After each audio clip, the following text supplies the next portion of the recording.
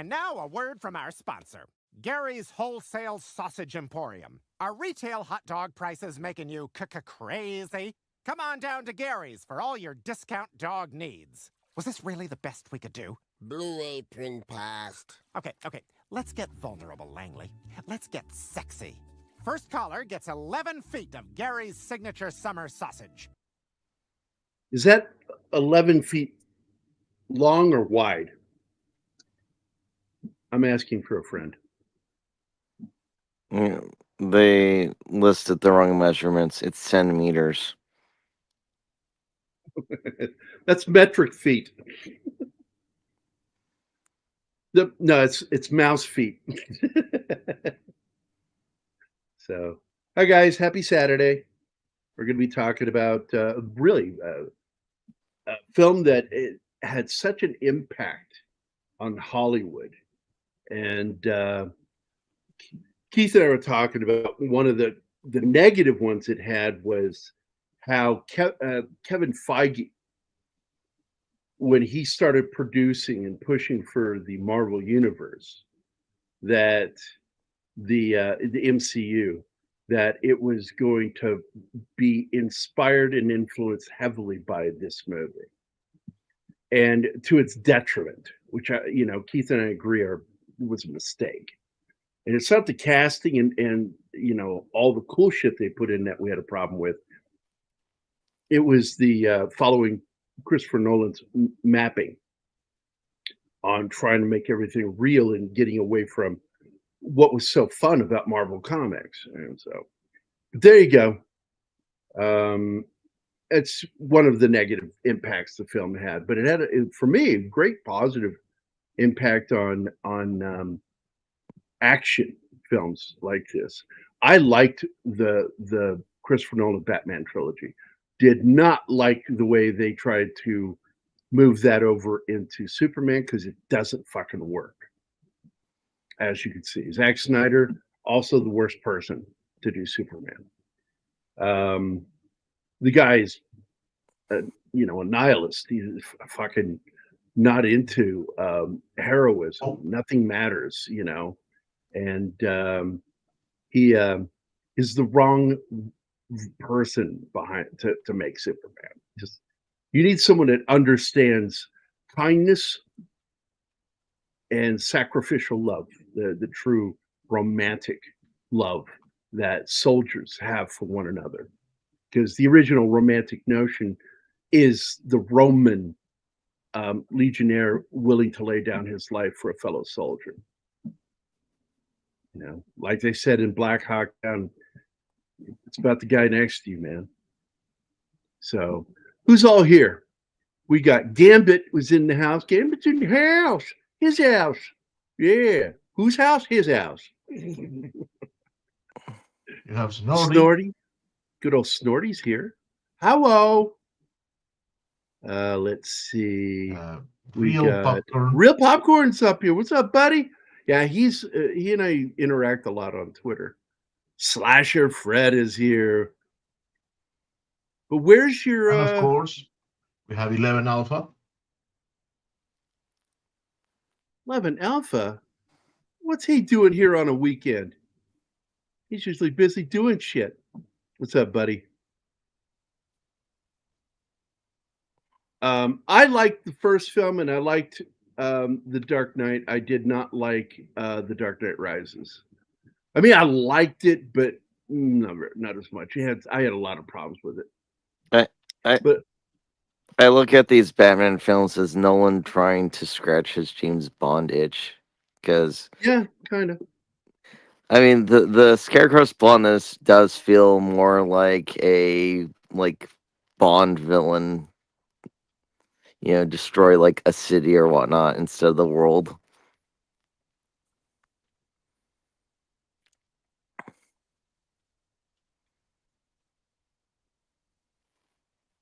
Oh well. Again, I will be the black sheep of the show by stating that I do like the third one. Yes, I know. It's not like I dislike it. It's just, it's not my favorite of the three. I know its faults, And I know how. Oh my god, Chuck Dixon hates that Bane, but I like that Bane too. I can live with both versions of the character. I like I just get frustrated that they go, what accent should we give this guy? We'll just make up one. it. What type of voice is this?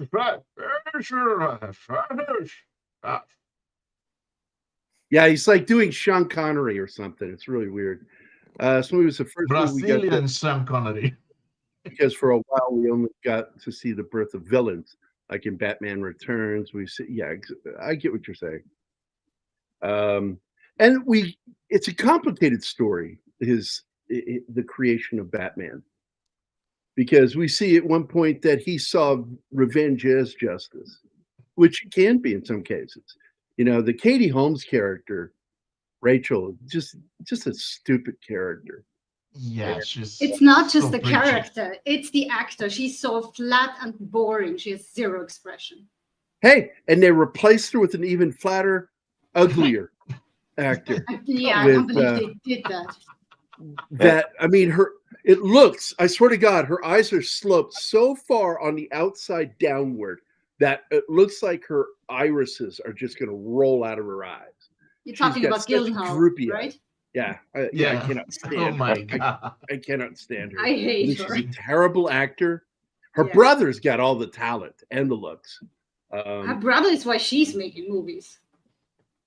Well, she appears in a bunch of his stuff too early on. So, I just had so many problems with her, and her character is so fucking annoying, Yeah. and that he tries to be more just for her is really an annoying part of the film. You know, Yeah, I it's just not who can't. you are underneath; it's what you do. She spent the movie waving her finger at him all the time and giving some passive aggressive remarks and shit. And I said, "Bitch, you're my friend or what?"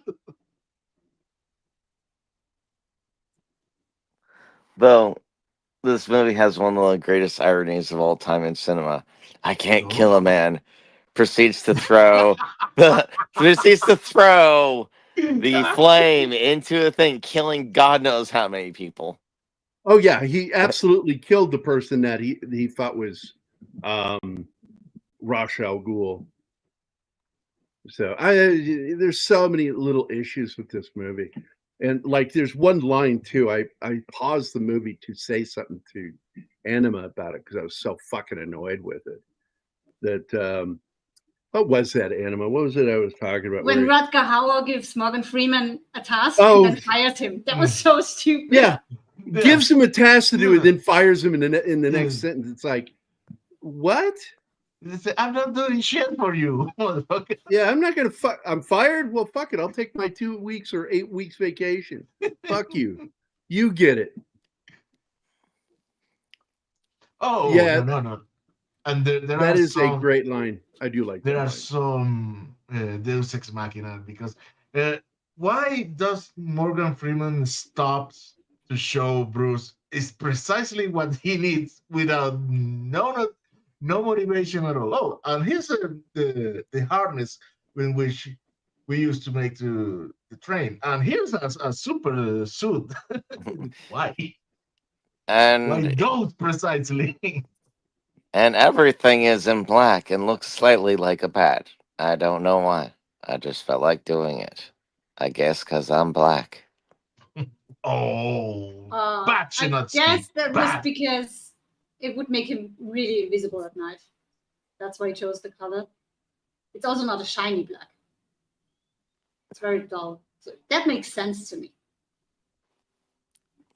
No, those are the suit was a military appliance, and the other was a building appliance. They didn't have to be in those colors, but in fact, the building appliance should be yellow, screaming yellow. Well, Bat he spray tank. painted them black, so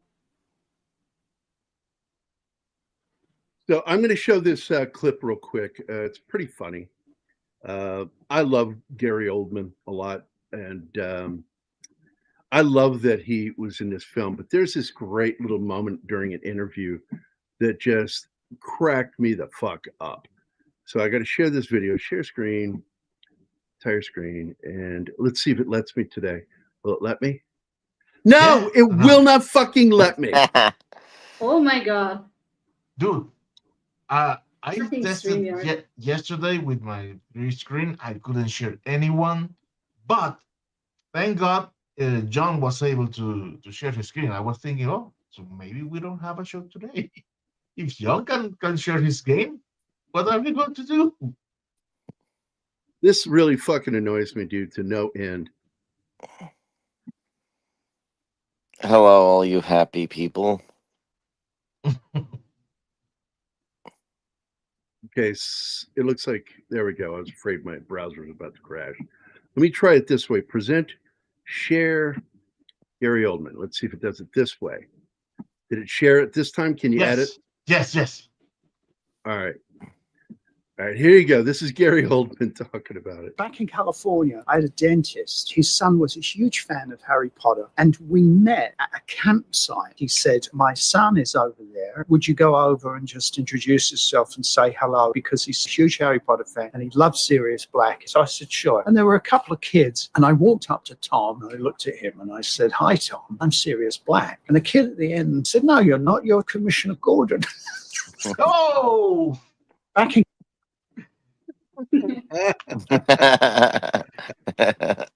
No, you're not. You're Commissioner Golden.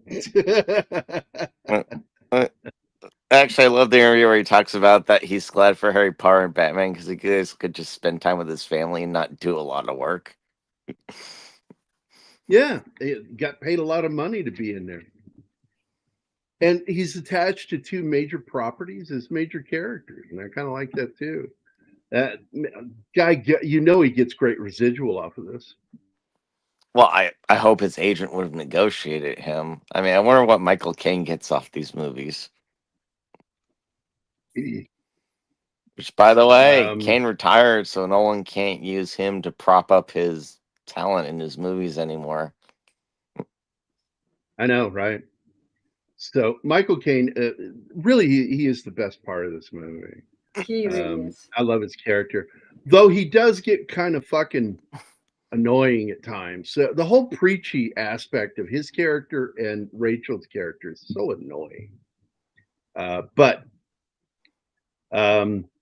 he holds them together. You know, he's raised him as a son. And if you think about the film, he basically has three fathers in this movie. His, father that was killed. Figures. And then Alfred. And then the character that Liam Neeson plays that he thinks is Alucard. Or what is it? Ducard. And by the way, I meant to say before I got interrupted, hello, Malay Mana. Good to meet you. Hope you sub to the channel. We like to talk about movies and stuff. I still find it hilarious that they keep going Ra's al Ghul. It's Raish. Yeah. It's Raish al Ghul. And Gary Oldman was Dracula, James Gordon, and Mr. Smith. And Sirius Black. Yep, that's right. Real popcorn. Now, you know the part in which Bruce says in prison, "No, I beat 7," and Ducard says, "I only counted 6, Mr. Wayne." Well, I paused in the moment in which they make the panning of all the prisoners, and I counted 8. They were both wrong.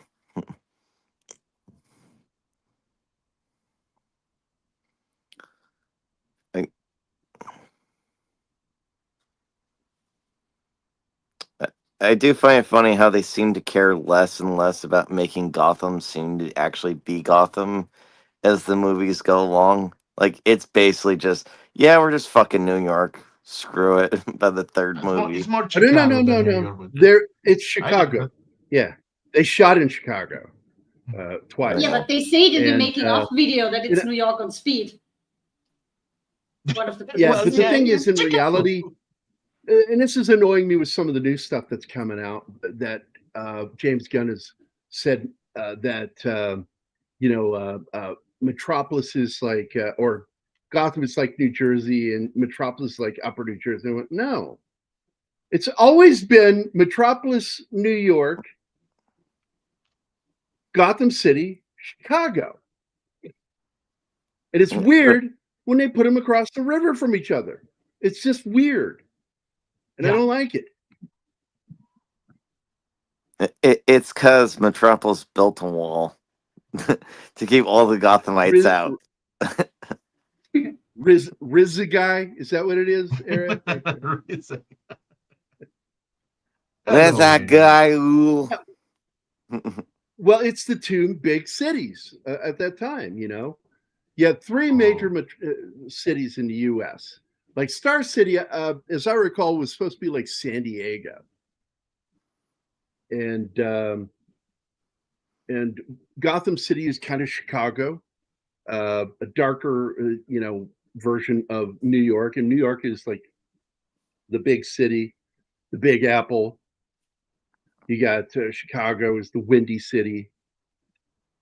Yeah, well, the James Gunn, it feels like I'm just looking and going, why do I feel like I'm looking at Canada? It is illogical to have them next to each other.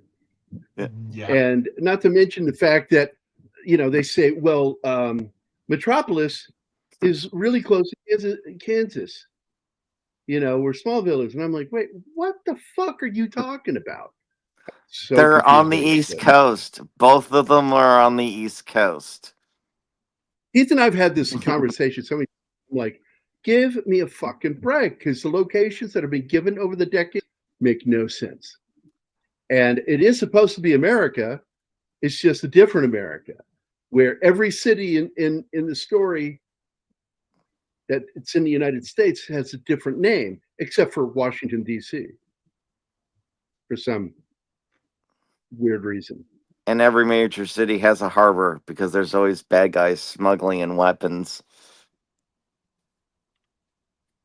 Yeah, it's like, because I think it was Smallville that did that shit where, Metropolis was just down the road within eye shot, in the distance from Smallville. And I'm like, fuck off. There's no fucking way you're going to tell me Metropolis is Kansas City. It's just fucking, that is so Minnie Mouse. It's fucking goofy. The movie came out the same year as Wes Craven movie Red Eye. I tried to like that movie. I did buy it on video on demand so I could watch it, and so I still own it. But I don't know if I'll ever watch it again, because I don't know. I was just really disappointed with the flick. But Killian was really good at it, and so is Rachel McAdams. They're both really good in their parts. And I don't think he directed that. I think that he was executive producer on that, as I recall, Flasher. This movie came out the same year. Okay.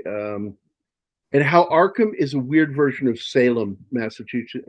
Yeah. Well, yeah, because as an aside, have you been to the National?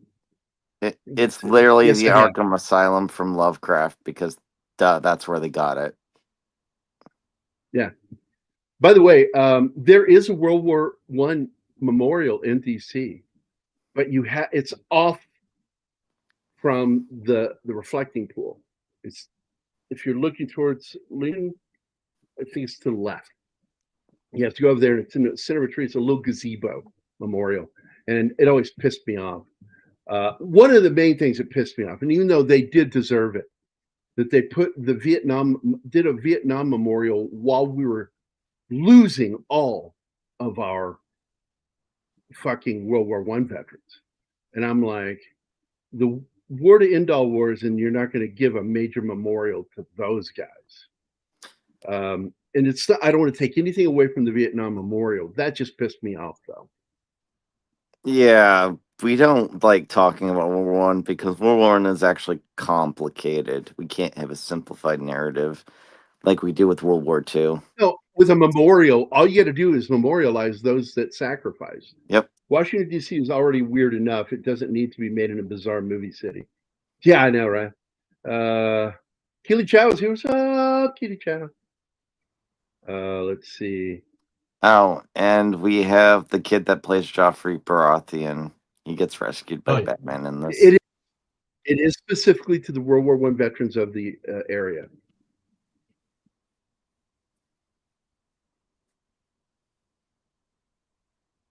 So make sure I say hi to everybody. Still, I find that story funny of him introducing himself to that kid Tom as Sirius Black, and the other kid says, "No, you're Commissioner Gordon."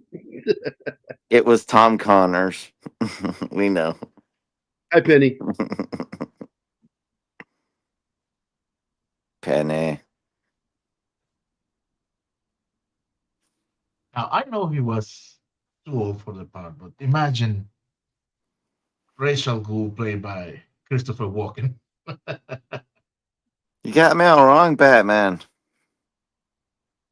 Hey, he was a lot of fun as Max Schreck, who got his name from the actor who played Nosferatu.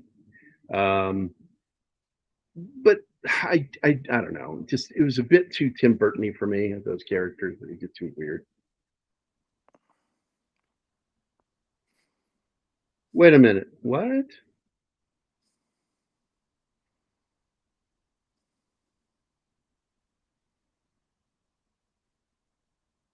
Yeah. So what is this? That this is the second Batman movie that Hans Zimmer did the music for. What one did he do Really? before Batman Begins? I'm unaware. No, I don't think so. I will say that it is the one place where Hans Zimmer droning music doesn't bother me. This and Blade Runner 2049, his music works. In Superman or Man of Steel, awful soundtrack. Gladiator Terrible works soundtrack. too. Yeah, I like Gladiator. Well, this Batman is the Animated around Series. his transitional point to I no longer wish to make music. I wish to make noise. Yeah, I actually like David Warner as Ra's al Ghul. Oh man. He did The Dark Knight. That's Yeah, but later. this one is that's the first one. I mean, this is the Yeah, first this is the first Batman. Yeah, they just meant he did do 2 Batman movies, and that's one of them. Phrasing. No, he's in 3. Yeah, he was the same composer for all 3, I thought. Yep. Did you not Yes, he do? is. Yeah, he did all 3 of the films. Yeah. And it's one of the few times you'll see me kind of say nice things about David S. Goyer, because he actually did his due diligent research and was a semi-fan of the comics. And so what? I find funny how you say semi-fan. Well, they say it like I don't believe them when they say they're diehard fans. I call bullshit on that. I mean, like, what's his name that ran the CW, DC CW? I'm a big Batman fan. Yeah, Berlanti. He's a fucking liar. You're a fan of the '98 movie and the Kevin Feige says that shit too. Feige's a fucking liar too. He only knows from the 80s on. He doesn't know anything about classic comics from the 70s, 60s. You know, fuck Kevin Feige. I do know now that I want nothing to do with modern DC comics, especially after they do the Harley Quinn fart fetish comic. Oh no, please do not talk about that. Oh. Anima, that's for you. No. Anima? What?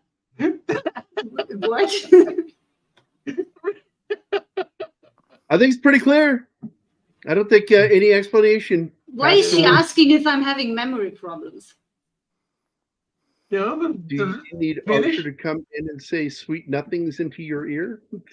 We're gonna do we're gonna make a full body pillow of Archer, which in your case, being that you're so tiny, would The be a WB regular became the WB became CW. Fred. Martine, you know I will be sharing a bed with Gary, right? There is no space for such a pillow. Yeah, but And in I your think- case, a full body pillow is a regular pillow. Because Fuck off. you're tiny. I'm a semi fan, especially Peterbilt's. I get the joke. Oh, Here's one heard. back at you. I'm a caveman fan. A simile, the semi erectus. Oh God, that had to come. Hans Zimmer was a synthesis unmask of phantasm. See, there you go. There you go. That's all we needed was that information. I was unaware of that. I like the Mask of the Phantasm. I think Caroline probably is the Fry's best Batman movie. Batman writers did Batman dirty. Batman giving up on Gotham and its people is bullshit. Yeah, I agree. That's why I'm not that big a fan of the third film. I mean, it's not like I hate it. It's just like I just had a lot of fucking problems with it. Buffy the Vampire Slayer is greater than Arrow. Okay. That's not saying much. Nope. So I do like this scene where Liam Neeson, comes in there and then says his name. And then it's like, who are you?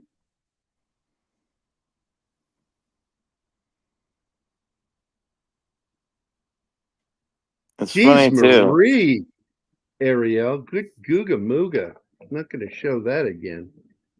It's funny too because he basically screws himself because he basically gets him active on getting all this shit done, and he's the one who ends up stopping him. Whereas he just let Bruce alone, his plans would have gone off without a problem.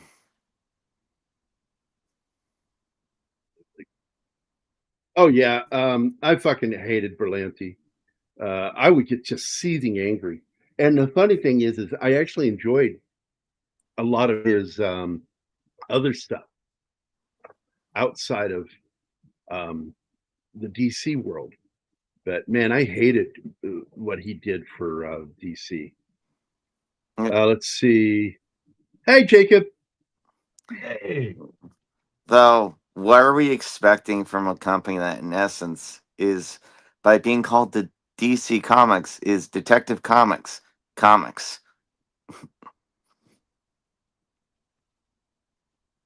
Yeah, I remember when what's his name, Matt, the guy that directed the Batman, said that he was going back to the early '70s Detective Comic Batman, going for that look and feel. I let myself get excited, and that's why I don't. I'm restrained now. I don't dare get my hopes up for anything they're doing. Like he was like Superman. Everybody's like, look at all this cool shit. I'm like, yeah, I'm seeing stuff. I'm starting to like it, but I'm not getting my fucking hopes up. You can't do that to me anymore. I'm tired of having my hopes dashed. I'm already sick of Superman because of everything around it. It's just the online discourse has managed to take any and all fun out of that movie.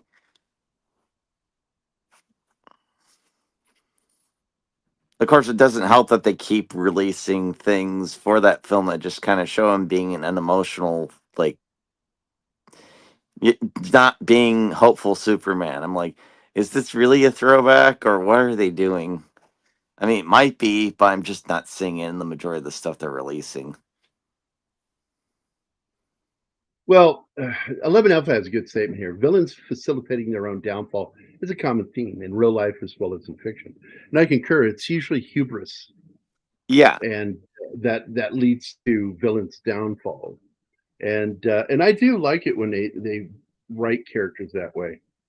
Yeah, that's why I was saying Like, it's irony instead of, terrible screenwriting. Like, no, he thought he could get everything, and that's I love it when a villain dies because he has to do an endless monologue instead of paying attention to his surroundings.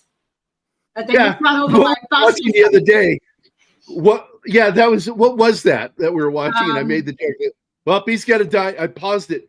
He's monologuing. He's gonna die. And then I hit play, and boom, he gets hit by a bus. It was funny as shit.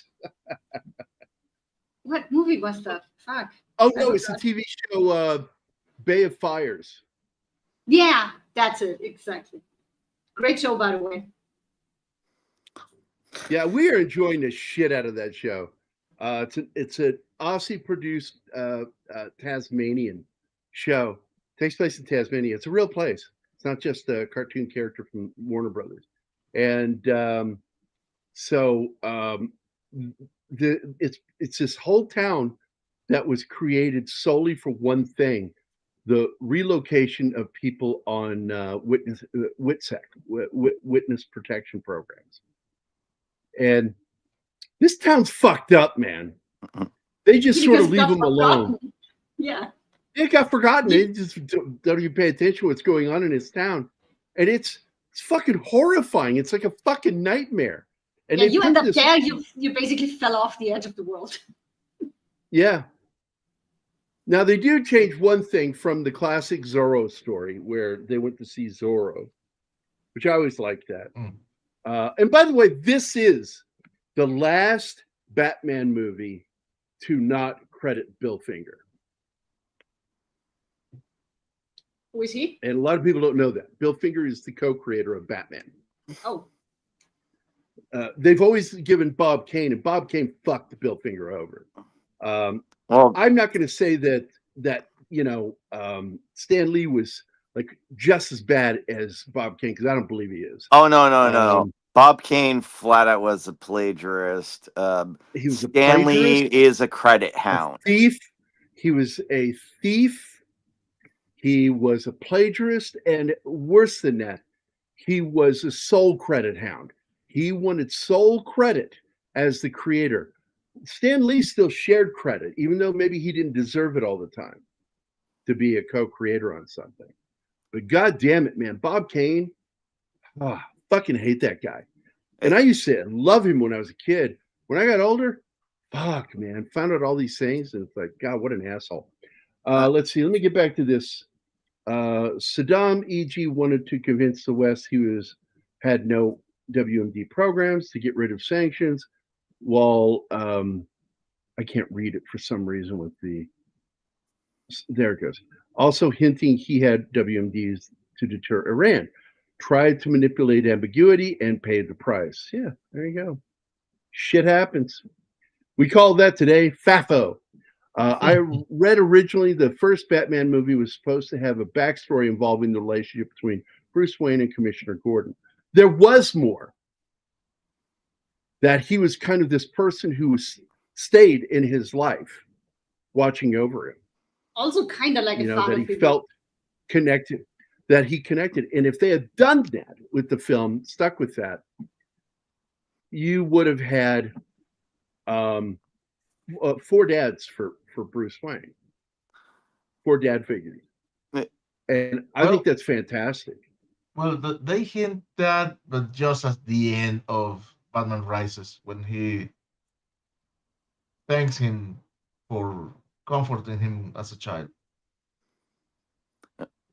But it went further than that, because they showed that in the movie. In this version, it shows him comforting him. But in reality, there was more to the story with Gordon and him, that Gordon was someone who kept an eye on him, looking out for him, making sure he's doing okay. Because he gave a shit. He cared. That's the thing about Jim Gordon. He was a creeper. Good God, you are in a fucking zone today, Ariel. Just fucking naughty. Just naughty. But no, like she's always naughty. That's why we love him. Yeah. No, but James Gordon is an prime example of Bob Caine's plagiarism. Because in the pulps, there's a Shadow knockoff character called the Whisperer. You know what his secret identity is? Commissioner James Gordon. Damn. Well, it's the same thing with Superman. I mean, you look at the similarities between Doc Savage and Superman. It's fucking ridiculous. Man of Steel, Man of Bronze. Yeah. I must retreat to my fortress of solitude. Yes. Though I think they were more honest about it when they were actually asked. Bob Caine tried to pretend that, oh no, was it his thing? Oh, he finally credited God with giving him the inspiration for Batman on his Yeah, tombstone. he can fuck off. God's up in heaven going, hey man, I don't connect me with that shit. What are you doing?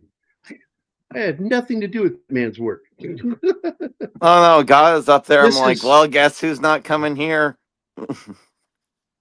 This is where he lets him know, you didn't do this. Joe Chill did. And I do like that they stuck with the Joe Chill story on this one. And by the way, another inspiration for this film is Batman Year One, which they kind of credit in the making of documentaries. It shows that one of the books Goyer got, was Batman Year One. And I'm telling you, it's a fantastic story. Year Two, not as good, but Year One, great story, showing how Gordon was dealing with internal corruption there. And I got to tell you what Gotham City reminded me of in that book, New Orleans, because good God, Louisiana's police are fucking the most corrupt in the country. At least they used to be. Since Katrina, it helped clean house. And so they started from the ground back up with the law enforcement there. Superman also started tipping off Captain Marvel. Yeah. Flask and Loeb came from Year One. Yep. And I like both those characters. Siegel and Schuster obviously modeled Superman on the true Man of Steel. Okay, I'm not even going to try to... Joseph Vissarionovich. Joseph and the last name of no, the one with the Shugashvili. Oh my god. Yeah, the foreign guy can't pronounce it either, Alpha. So fuck off. Yes, there was a lot of influences. One of the things they wanted to make was that they were doing commentary on Nietzsche, because the whole idea with the Superman, because they were Jewish, right? Okay. And yeah. I need an AI version of Samuel L. Jackson shouting, "Russian, motherfucker! Do you speak it?" That's right. Yeah, you don't ever have to worry about doing that, 11 Alpha. I read typo. Let's see. Is Stalin easier? Okay, thanks, motherfucker. I'm smart. I do admit, I would like to see a Red Sun movie. This kind of reminds you of that moment, Alpha, when a buddy of mine, Mac, bitched at me because I referred to an area inside the upper throat in the back as the nasopharyngeal area of the throat. And he looked at me and goes, why do you got to say it that way? I went, because that's the name. What way? He goes, why don't you just say what it is without getting those big words that people don't know? Naso, nose, pharyngeal, pharynx. Yeah. Nasopharyngeal means the back of the... I could say it in a longer way. Oh, it's that area between your nose and your fucking throat. There, I used all those extra words for you. Just learn fucking nasopharyngeal. It's easier. And he got so fucking mad at me when I did that. But that's what you remind me of, Alpha, sometimes. You remind me of me using words that other people don't know. And here's what I've always said about that. They fucking learned. I will say something to Anima in English that I will stop, and then I will go, you don't know what that is, do you? And then I explain what it is. I don't even wait for her to tell me anymore, because she won't. She'll just let me keep going. So, hey, Zach. What's up, buddy? Gary. Hi, Zach. Yeah, and it doesn't happen that often. Don't make me stupid. You're an asshole. You're not. I didn't say it that way. But I know that you don't know a lot of these phrases we have in the United States. The Americanisms get me. Yeah, that's true. But that's all I'm talking about. Not so much the big words. I know my big words mostly. Well, I said a word one night that was a technical term for something. I can't remember what the hell it was. And I went past it, and then I came back, and I said, wait, do you know what that is? And you went, no. Probably something and so related. I explained to you. I can't remember. But I hope you're doing well, Zach. Hope everybody's doing well. Happy Saturday. By the way, Zach. Shut the fuck up, Kyle. There you go. I like how Batman is showing, but yet we're talking about Superman. You can't talk about one without the other, Ariel. Well, technically you can, but it's kind of weird not to. But I need to check to see if Keith sent me anything because he was going to try to send me some notes to talk about things. Yep, He here we can't go. be here. He's traveling. And it's in the group notes. So thanks for telling me, guys, and sent that. Keith notes on Batman Begins. 1, this is the first time the character of Lucius Fox is acknowledged outside of the comics. The character should have made his debut in Tim Burton's Batman, but wasn't used for reasons, with quotation marks. Even though by 1989, Lucius Fox had been a part of the Bat family for over 9 years. 2, producer Michael Usland actually worked in the comics industry prior to obtaining the film rights for Batman from DC Comics. So there you go. There's some notes from Keith. I'll keep an eye out, see if he says anything else. Ra's al Ghul also comes back later as a Force Ghost. Oh, you know what? I'm kind of Yes, he does. wishing. Yes, he does. He does. Yeah, I kind of wish that the new Naked Gun was just Ra's al Ghul in the role. Changed nothing else about the movie. That he's not Frank Drebin Jr. He's Ra's al Ghul Yeah. disguised. It's as Frank Drebin. Well, in the comics, Ducard is a policeman. So you have it. There you have it. Oh, So this move was the second superhero movie that Liam Neeson was in, previously played a main character in the movie Darkman, which was one of those movies which played homage to Batman.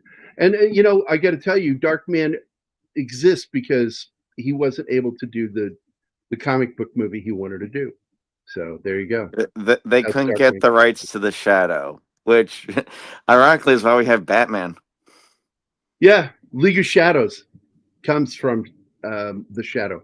Some medical terminology is better because it's more precise. Exactly. If you say the nasopharyngeal area, it is the specific area above your uvula, and it's basically the upper part of the palate that doesn't touch your tongue. It's that area that rests between the nostrils to the very back of the throat, and it is also, by the way, what causes most of people snoring, because when you relax, the nasopharyngeal relaxes and ends up against the back of the throat, causing snoring. So, wholly agree with you, Alpha. A bit weird they didn't use Fox despite race swapping Harvey Dent and trying to cast Wayans as Robin. Yeah. Dick Tracy is a film we do plan to do, Ariel.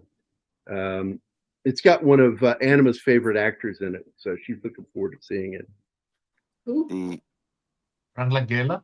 Mandy Patinkin. Oh, Mandy. Yeah, I love the guy. He plays Frank is in it 88 too? keys. Who? What? What Martin just said. I don't know. I was talking, so I didn't hear him. Yeah, when you said that one of her favorite actors, I would ask if it was Frank Langella.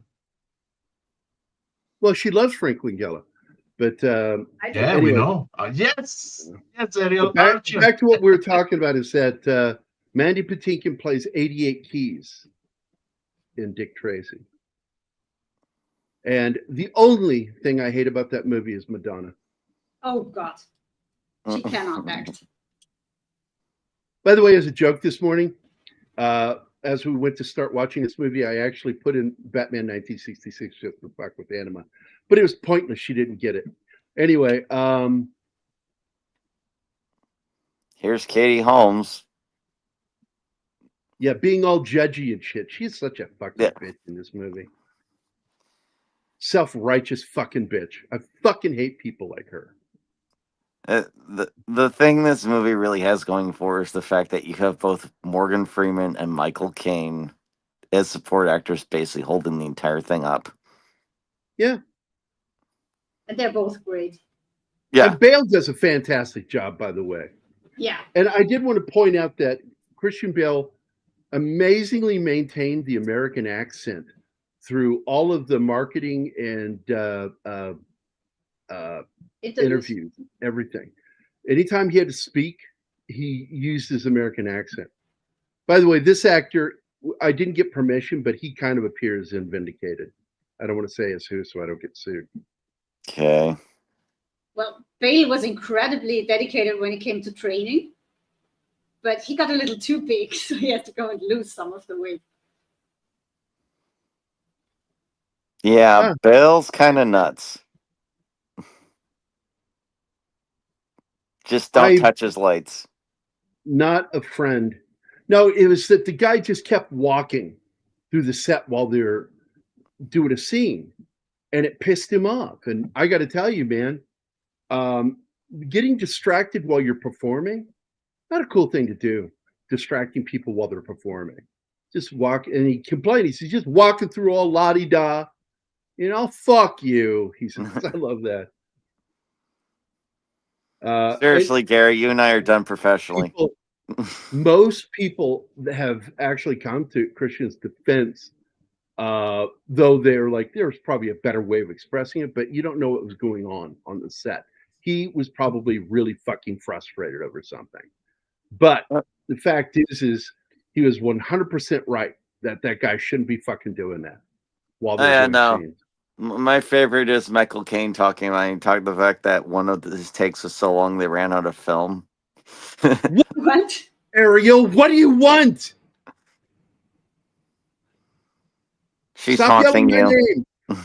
Gary. Why did we pause it again? Because she goes like this, goes like this, goes like that. I paused it because there's stuff happening that I want to talk about. Okay.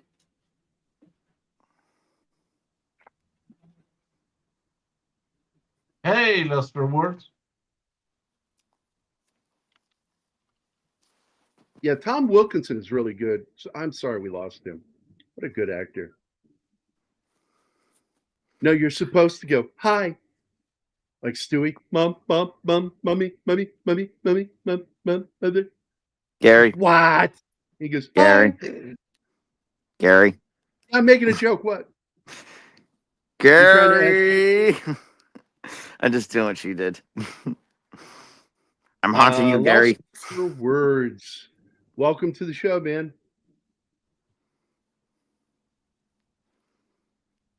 How dare you assume that's a man?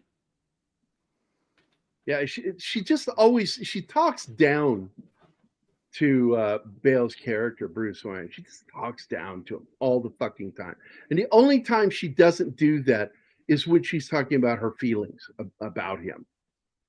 The rest of the time, she's constantly word slapping him and talking down to him, like and bitch slapping him too in the car. Yeah. After the guy's been shot and he reveals he had a gun hidden in his sleeve, she just slaps him twice. I'm like, what a bitch! Back off. So, were you happy when she got blown up in the second one? Yeah, yeah. Because I cannot stand her either. I don't like either female actor. Don't like them. Well, they're both not good. So. Yeah, I don't think she's a good actor, and I think that Gyllenhaal is an even worse actor, and both of them are very physically unattractive. I'm glad in so many ways that Scientology told Tom that he could do better. Oh my god! Oh, what a shitty thing to say. Oh my god! She doesn't have the Thetans for it, Gary. Tom Wilkinson played General Oberst Friedrich from. Oh yeah, that's right. He is in Valkyrie. That's a good movie. I like that movie. Friedrich Fromm. That's a name for a priest. Fromm means pious. It's not a name for a soldier. Well, a priest is a soldier of God, so. Yeah, no, it's a different actress playing her in that one. And they went down, not up in quality. They went with Gyllenhaal as Rachel, and I was one of the first people to stand up and yes when she got blown up. I was like, fuck yeah, fuck yeah. I do like this speech though about he's going like, you're just full of shit. You don't know what it's like at all. Go the hell home. You don't belong here. It is somebody else. I just said that there are two actors. She played her in the first film, and then Gyllenhaal played her in the second film. I just went through this. Now Ariel, who's pay attention. distracted, Ariel? Pay Huh? attention. No, Yeah, no, no, come no, on, no, no, Ariel. no, No, no, no, no, no, no, no, no, no, no, no, no, no. No, pay attention. She wrote that before you made the clarification. No, no, no, no, no, no, no, no, no. If you ever watched the classic movie The Man Who Laughs, the main character, yeah. Absolutely, that's where the Joker came from. Yeah, she was not Xenu approved. I've seen Tom Wilkinson in Rush Hour 1, and I'm trying to remember Wild. I'm sure I've seen it. Nicknamed From Fritz because he always acted like a good Yahtzee to the Yahtzee party and loyal conspirator of the anti-Yahtzees. What is their hatred of that game, Yahtzee? I don't understand that. Gary is one of these people that watched Titanic and jumped up and screamed, "Hell yeah!" What I leapt up at was when, she killed DiCaprio, because there was Yep. plenty of fucking piano top thing. There was room for him on there. She, okay, oh, I'm so sorry, you gotta drown. Okay, bye.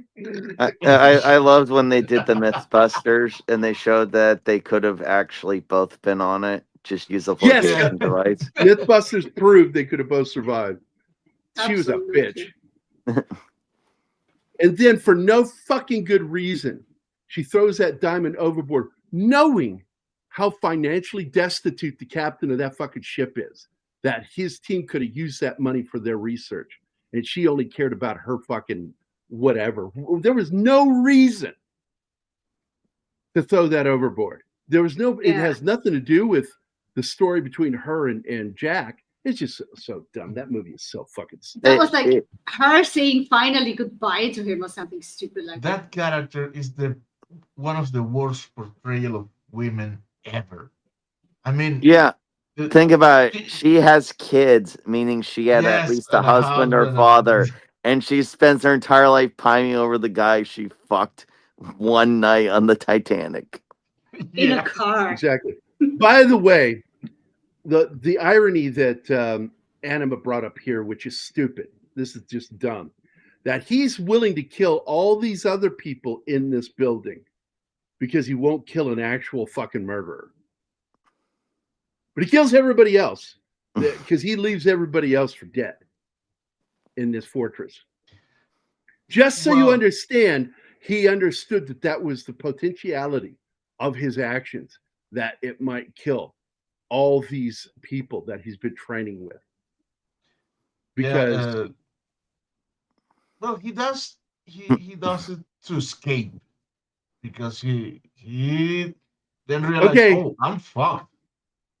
The minute he flicked that fucking rod up there, the heated up rod, up into the area where he knew explosives, there's no way he didn't know explosives were up there. No, of course, but he's doing it in order to escape. It would have been really hilarious if later on he said to him, bring that place down and likely kill everybody in that fucking building. Yeah, what there's you're no saying, way of avoiding that. There's no way of avoiding that. Our statements do not contradict each other. It would have been hilarious if later on he shut up and went, "What the fuck? You could have just walked out. You didn't have to kill everyone on your way out, you asshole." Yeah, it's like basically he should have just grabbed a flamethrower and just torch everyone, because it's the same fucking difference. Let's see what's this. Then spent the rest of her years pining for some homeless guy she boned over 60 years ago. I don't know what we're oh yeah, that guy. Yeah. Titanic. Yeah, I'm over that. Hey, Court, what's up? Hey, Courtney. What mountains? Like the Rocky Mountains, the Appalachian Mountains? What mountains? Her mountains. The Ozark Mountains? You have mountains there? Yeah, we have. They're molehills, but yeah. Like from Fritz, Field Marshal Hans von Klug Allow me to It's laugh at called Triana. Luke Hans, Clever Hans, because he tried to play both sides. It didn't save him. And then back to Batman. Yep. Boom, baby. Boom, baby. Hi, Courtney. I'm in Kremlin County currently. Where? I have no idea where the Nice. fuck that is. Colorado. Oh, okay. So the Rockies. There you go. Those are mountains.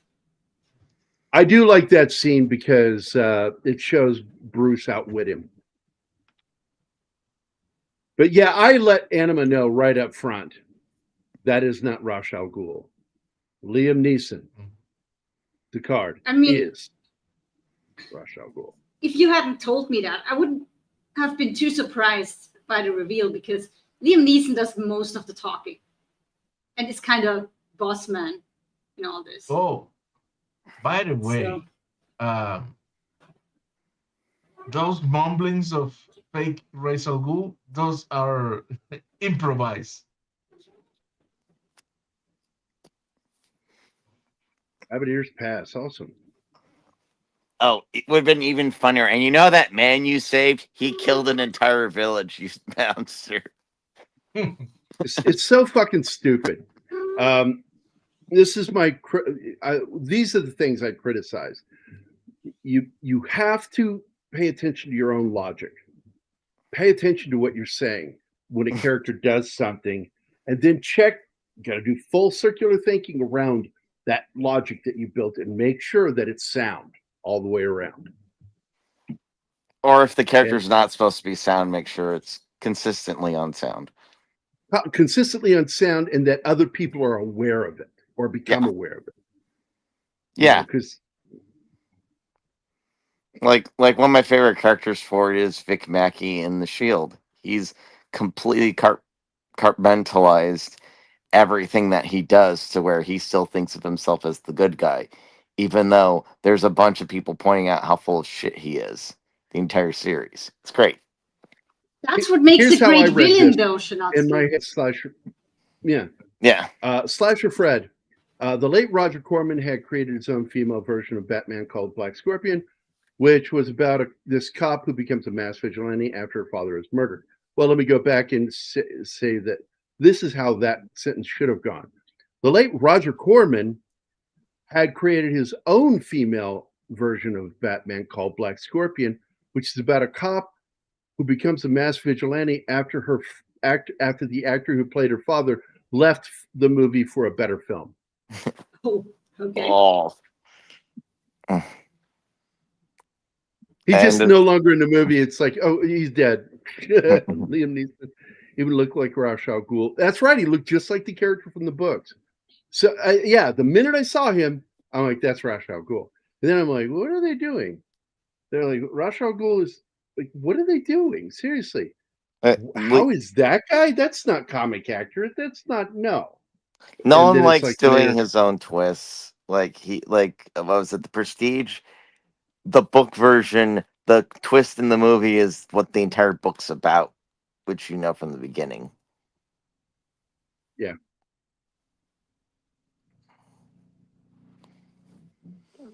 Although I still like The Prestige. It's a good movie. Oh yeah, I enjoy that movie. Yeah, I love David Bowie in it as Nikola Tesla. Oh, I just like the whole ending where it was like, you've done it, you've pissed me off, and he just shoots him at the end of the movie. It's great. So I love that Michael Caine's character just flies over and picks him up like this. That's how rich he is. Yep. I love that dialogue when Alfred tells him that he's had him declared dead. And he inherited everything, but he lets him borrow the Rolls Royce. Well, he didn't. He's not the one who did it. Rutger Hauer's character is the one that had him declared dead. Now, in the real world, this could have ended like you have declared me dead. Yes, and you will say that because I just poisoned your drink, you bitch. This money is mine. No, not Alfred. Come on. See, stuff like this is why after getting to the Shadow. I really like the Shadow because his secret identity isn't even his actual identity. Lamont Cranston is not the Shadow. The what? The Shadow, the billionaire playboy he Yeah. pretends to be, is not who he actually is. He stole someone else's identity. So if he ever gets discovered, he can just go off and steal another person's identity. Oh. Yeah.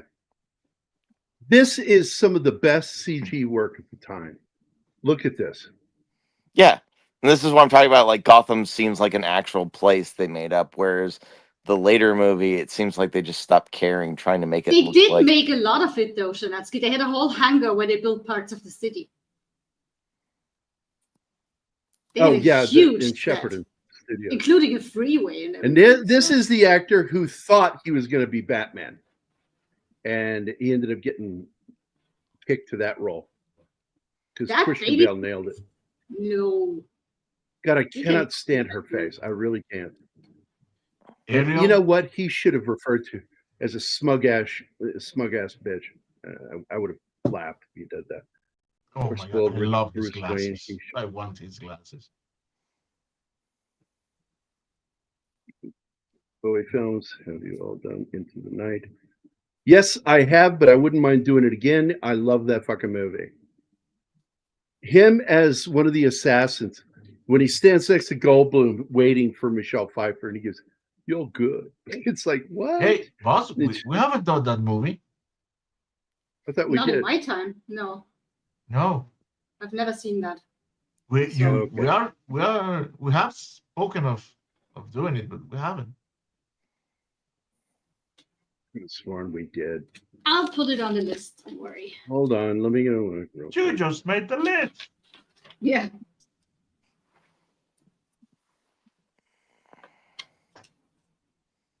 Yes, the ending of the newspaper age. Nowadays, this would be on like some internet screen. We totally did this movie. When? We did Into the Night 2 years ago. Really?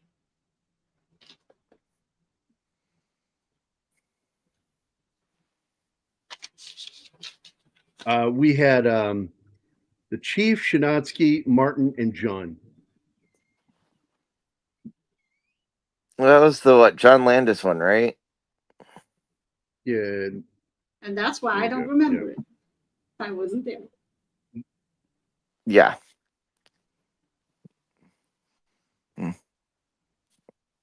Everything's blurring together. We're getting older. Soon we'll forget our names. Who are you people? What am I doing here? Why am I not in bed? Why am I breathing? So there's the link to the show where we did it, but I wouldn't mind doing it again. I like to refer to that as doing shows we call revisiting a movie.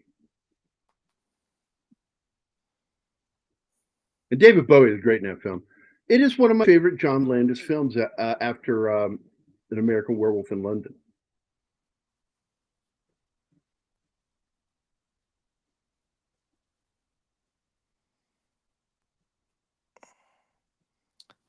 Yeah, this is probably the best Alfred on live action. Oh, it is. You cannot beat Michael Caine. That's impossible.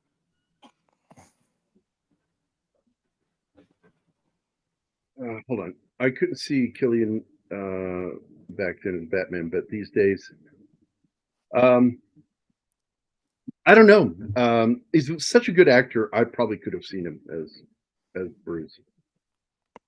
Well, I mean, he does do slime balls pretty damn well. I mean, Oppenheimer alone. We lost Martin. Did we ever have him, Gary? I dislike the remake. What remake? What's that? What remake are you talking about? Blue. I just posted it up on the screen.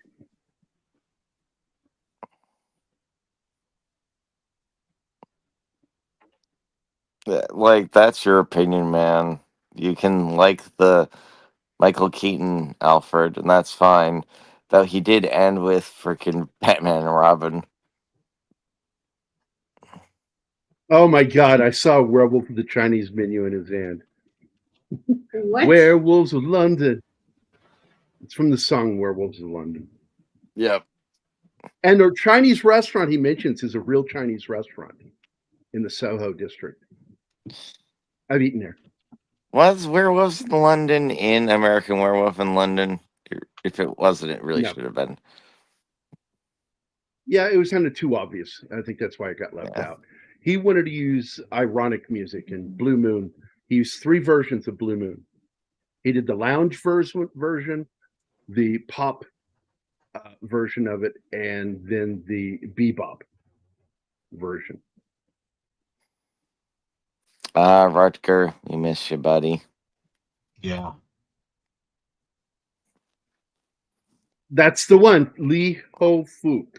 It's a real fucking restaurant. It may still even be there. Very popular location. It's almost holy fuck.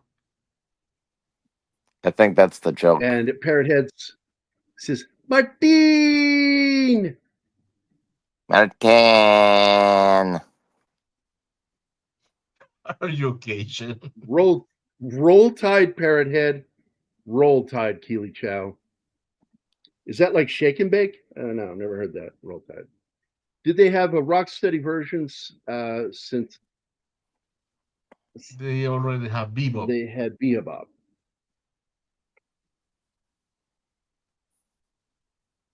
Bebop and Rocksteady are the character of Teenage Mutant Ninja Turtle. And you know that Bebop is a music style, so she's doing a wordplay. Probably easiest Duffy's acting great as job. well, but it's 2 entirely different roles, and he played it completely different.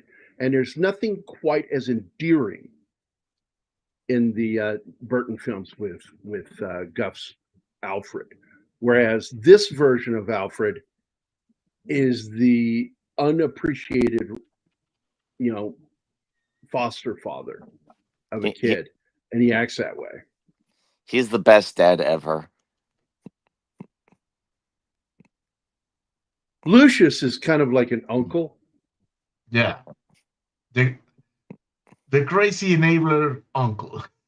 Well, he's the crazy cool uncle, and then Alfred is the underappreciated foster dad or adopted father, and then he had his biological father who sadly died on him, and then he's got Ra's al Ghul, who's kind of a father to him, helping guide him as a warrior. Yeah, more like a guide as a father. And then Jim Gordon was supposed to be like a father figure to him, but they dropped that whole storyline.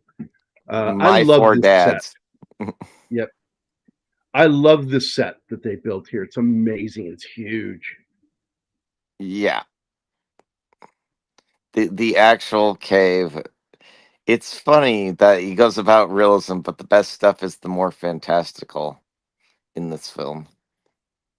This is correct, Slasher Fred.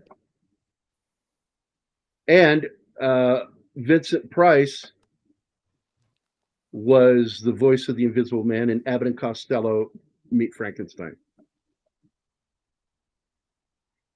Because at the end of the film, they've met everybody except for the Invisible Man. And then they meet him right at the end in the boat.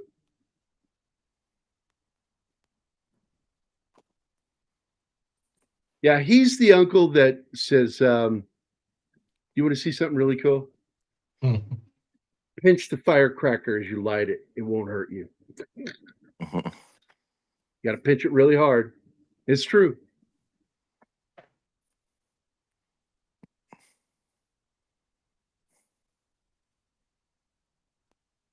Yeah, my favorite scene with Gordon in this film, Gary Oldman, his performance is outstanding, is when he drives the Batmobile. Oh, yeah. He's not meant to be in that driver's seat. He looks like an old man that has never driven a car before, trying to drive a car. It's so funny, though, when Batman tells him, I might need your help. Yeah, what do you need me to do? Do you drive stick? That cracked me up. Well, there's two great Batmobile jokes with Gordon. That one is the second one. The first one, when he sees the Batmobile Yes, for the first I time, gotta get me one of those. I gotta get me one of those. I also like when the cop on the phone tries to get at least the description of the thing, and the other cop says it's a tank. What's better than never mind? Yeah. By the way, this whole scene with Bruce Wayne and him in the knitted mask and everything, straight out of Batman Year One.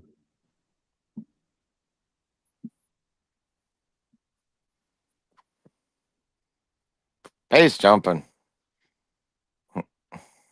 Yeah. Well, what's really He's funny, disguising it as Homie.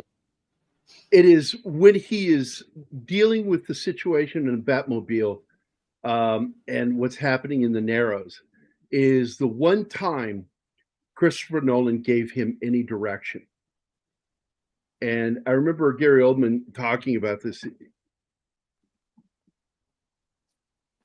When he did the scene and he turned and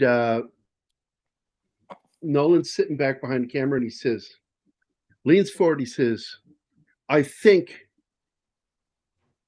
it needs to be more important to Gordon what he just did. And then he sat back and he understood exactly what he wanted from him, and he went and he delivered it. I like this one too. Does it come in black? Yeah. No, I prefer when he said, "Oh, you're not gonna like that." Yeah. Oh yeah, right before they go in there. Well, so you want it big and black. Oh. Oh, geez. My favorite film with Vincent Price, there's two of them. The first one is called Laura.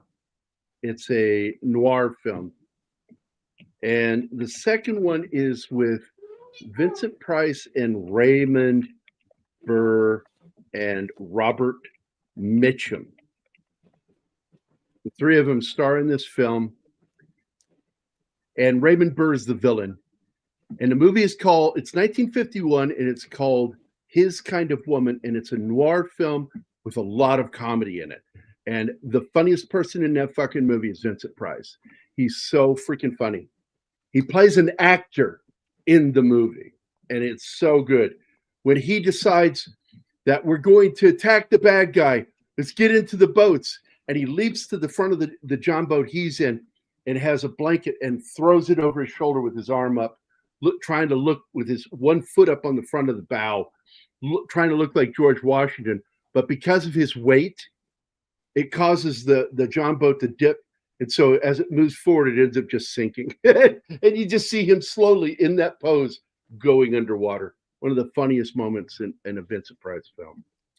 House on Haunted Hill. I love him at the end of that movie. Oh, he's great. That's a great little film. Roger Corman again. The two guys that made the best B horror films are Roger Corman and William Castle. They're my two favorites. And by the way, the character of Woolsey in the movie Matinee is loosely based on not Roger Corman, but based on William Castle. Yeah, I wasn't fond of the Tumblr when I first saw the promotional image, but I grew to love. I did too. I fucking thought, oh, this is too. It looks like a military, but in the movie, once you see it, and you're really getting into the emotion of it. Fuck yeah. Oh, this scene, I compared this to Batman being the alien from Alien or Aliens. Where are you? Here. He should have said, I'm Batman. just, where are you? I'm Batman. Many of the actors who were in the Batman movies and TV series have also worked on the Disney movies, like Frank Gorshin played the villain in the original Dark Cat. And you know, Frank Gorshin is what made the Riddler a bigger character, because up to that point, he was a really crappy side villain. He was not a main villain. Side villain, I love that. Oh yeah, he's just not very good character. And then they bring the Riddler onto Batman 66, and Frank Gorshin just fucking kills it. That crazy laugh he's got. Tell me, Batman. That fucking laugh he had. I got to tell you, the Penguin, Riddler, Catwoman, and Joker, that was still, in my opinion, some of the best versions of those characters were on that show. As goofy as that show is. Question: which Catwoman? Because there were like what 3 or 4 of them on that show. There's Lee Merriweather played Catwoman in the movie, and then Eartha Julie Kitt. Newmar played her through most of the series, except for the 3rd season when she was contractually obligated to go do another TV show that flopped, and she had to step down, and Eartha Kitt stepped in. And I liked Eartha Kitt. Yeah. The way she perfect. The way she said it sounded really cool. She has a cool accent. Yeah. Yeah. It sounds better when she does it. It sounds weird when you do it. Well, yeah, because she's trying to be sexual. I'm not trying to hit on you. She's hot. She's hot. Yeah, yeah I know. Yeah. It's just weird. I love the way he tore the bottom of his coat, hung him up there, and it makes his shadow on the cloud look like the bat sign. That was really cool. Yeah, isn't this guy gonna have burns after? Because that's an intense light on him. One He's of my dead favorite anyway, Kid stories. isn't he? No, he's not. He's going to prison. Okay. Because he ends up getting poisoned by that's right. Anyway, yeah. by Excellent Caine. character story. So Eartha Kitt, one of my favorite Eartha Kitt stories was when she was doing a production overseas that was being produced by Orson Welles, and when they went out to dinner, at the whole group, Orson Welles grabbed her and put a big fucking kiss on her and tried to give her a French kiss, and she either bit his tongue or bit his lip and drew blood, and he never did it again. Didn't slap him. She didn't do a Me Too thing. She fucking bit him hard enough to draw blood. Not like what happened with Martin Cove this week. Where would she get in trouble for that now? Look at these bat marks. Look at these bite marks. What bite marks? There's no bite marks on that arm. We're looking at this in HD, and there are no bite marks. Anyway, I was never fond of Eartha Kitt as Catwoman. It never made sense that Catwoman suddenly became black in the show. No, people get recast. I mean, don't forget, Frank Gorshin wanted more money, and they fucking shit canned him and brought in John Astin to play the Riddler. And then Gorshin came back. He took the deal for less money. They should have just had multiple Riddlers. That would have been a funny episode.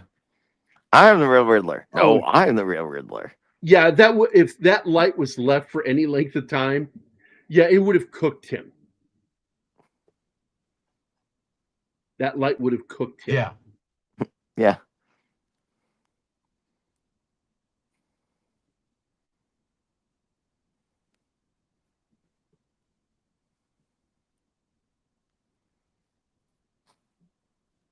I didn't know that. Okay. Oh, this is the dinner scene where he makes an ass of himself. I don't understand these girls. Who the fuck behaves like that in a hotel restaurant? There's a lot of slimy bitches out there. Watch TikTok. No, I won't. Gold diggers. No, if you want to know if they exist, because that's what you're questioning, if they exist. Yes, they fucking exist. That's just watch TikTok. Especially in Beverly Hills.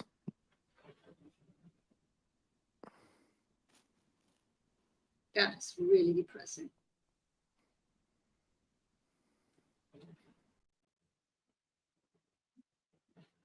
Sadly. Ed Asner, by the way, big commie. He's a communist. Yeah. People don't know that.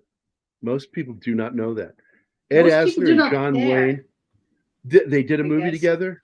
Ed Asner was the villain in the John Wayne film El Dorado.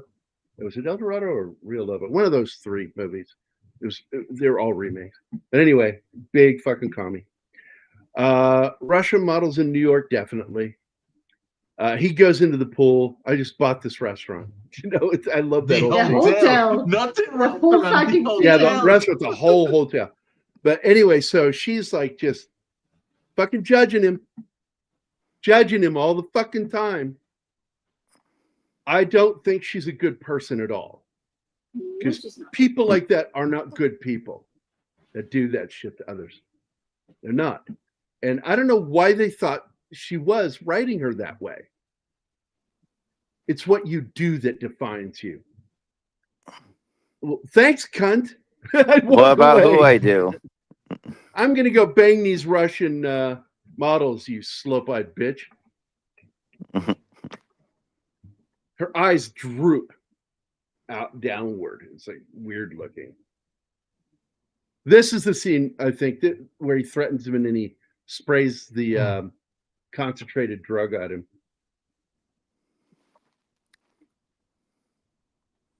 Oh, Captain Planet. Man, I watched that show with my kid, and I'm like, some weird mindset. It's That because was it's the Ted beginning. Turner. Yeah, is the beginning of the whole woke movement and the whole overgreen movement. I remember my daughter said to me, she goes, well, deforestation is coming. I said, first of all, there's more green on this planet today than there ever has been in modern history. If you go to my home state of Virginia and you look at photos from a century ago, all those hills in Virginia, you can't see them anymore for the trees. It's absolute forest.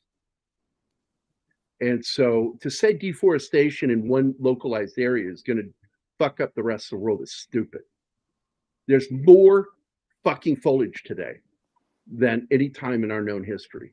So Yeah. people can fuck off with that. Because CO2, which the plants feed off of. It's a killer gas. No, it's not. In fact, it gives life to plants. You dumb motherfucker. We breathe out CO2. Plants breathe in CO2 and put out O2 for us. They remove the carbon for us. Plants are the natural filter. Well, greenhouse gases, do you want it's called a greenhouse gas?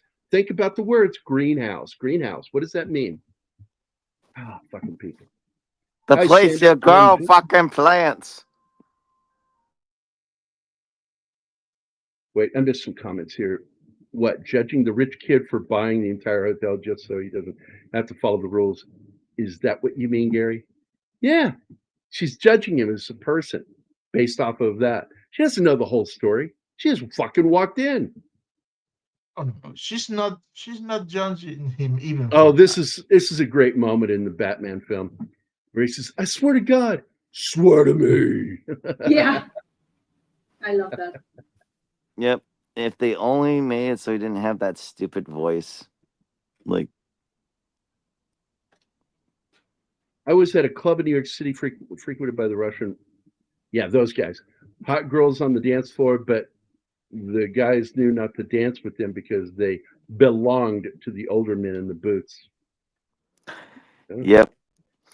Oh, if you ever get a chance, look up. There's a video where a streamer was deciding to stream from like a mafia restaurant, and literally one guy just comes up to him in the middle of it and just basically pretty much threatens to murder him if he doesn't leave. It's awesome.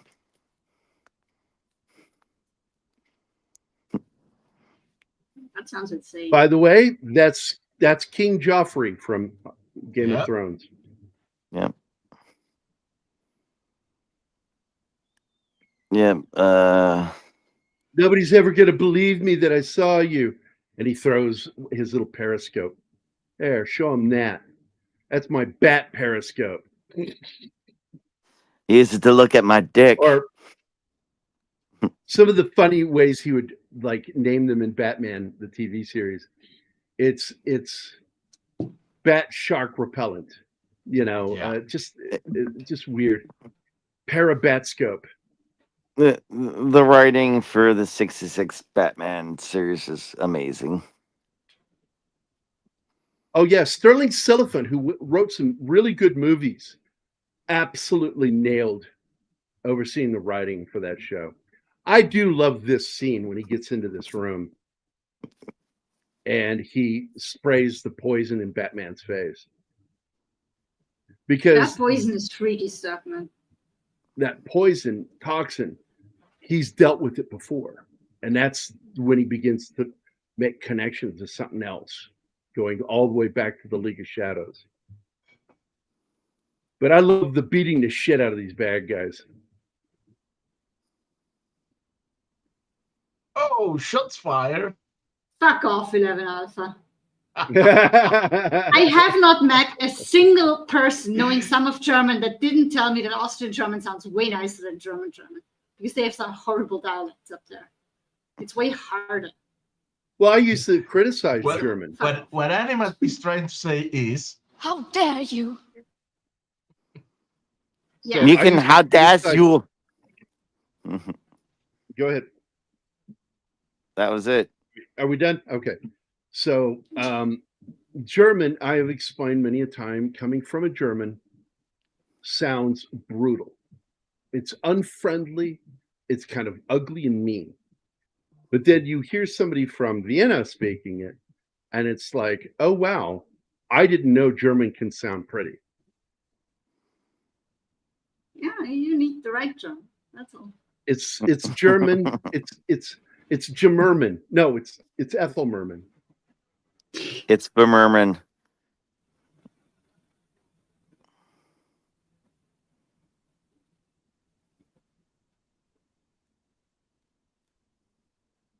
That's right. And he was also the cockknocker in Jay and Silent Bob. Jay and Silent Bob Strike Back. The cockknocker. Normal German? I know a German. His name is Hans. Hans Gruber is one of the best characters of all time. Alpha, I disagree.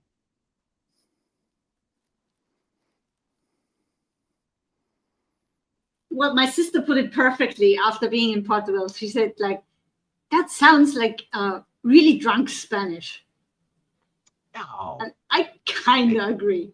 Hey, I'm a native Spanish speaker. No. Don't do Portuguese dirty like that. So you're drunk really Spanish? Weird. From time to time. Listen, getting shit-faced is one of the universal human experiences. Every nation has alcohol. So I would address this one because it is something that was brought up earlier. That basically one of the plot points in Batman '89 is used in this movie with a toxin being put all over Gotham.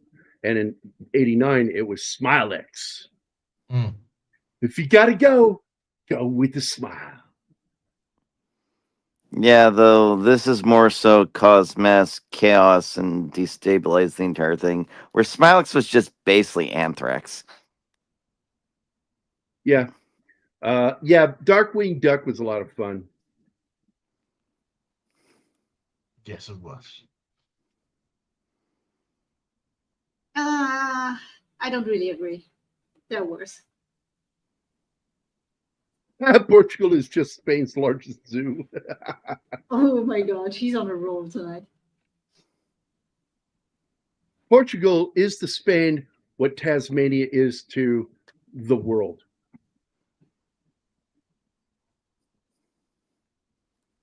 As you can see for yourself, there is nothing convenient about his symptoms.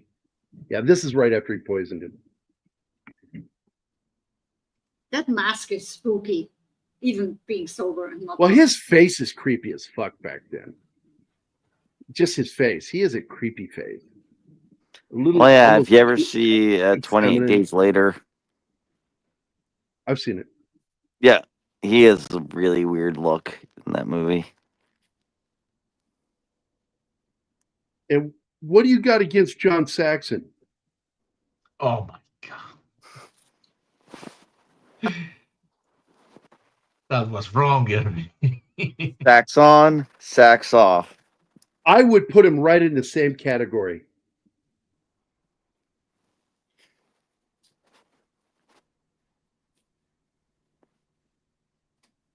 I would say that with age, Killian, his looks, he's grown into his face.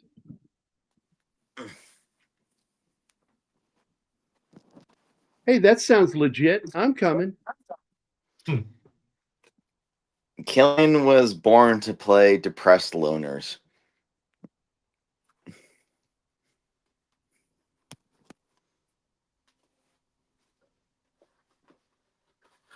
Yep. First version of Harvey Bullock, live action.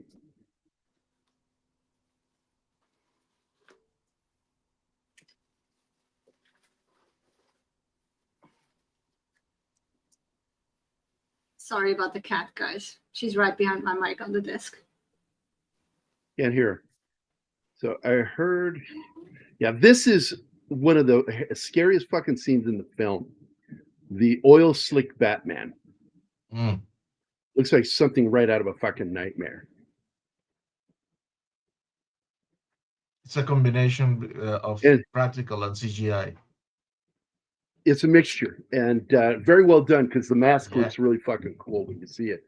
But what I love about it too is when he questions Crane, he says, "I'm sorry, but Dr. Crane isn't in right now." Yeah, you need to make an appointment. That was funny.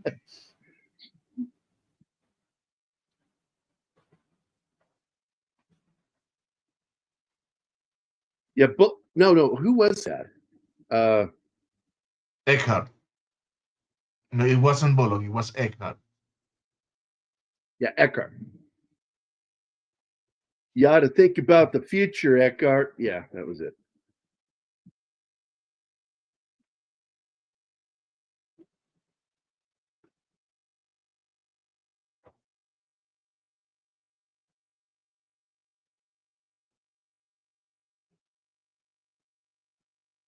One of my favorite things of that film was Robert Wool as Alexander Knox, King of the Wicker People.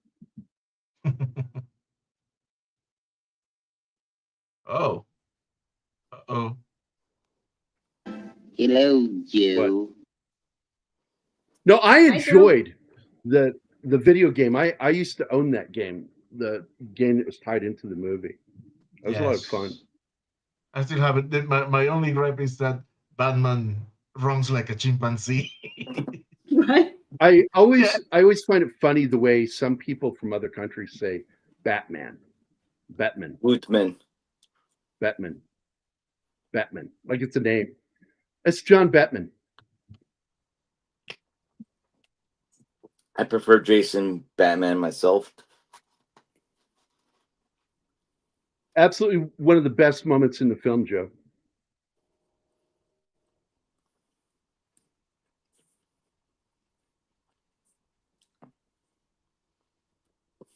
Yeah. Oh, hello, Joe.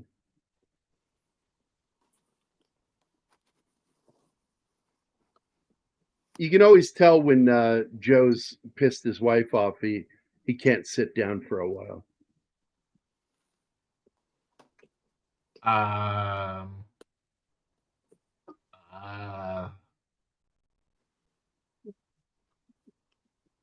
wish you could be here for Saturday. It's a drive-by liking.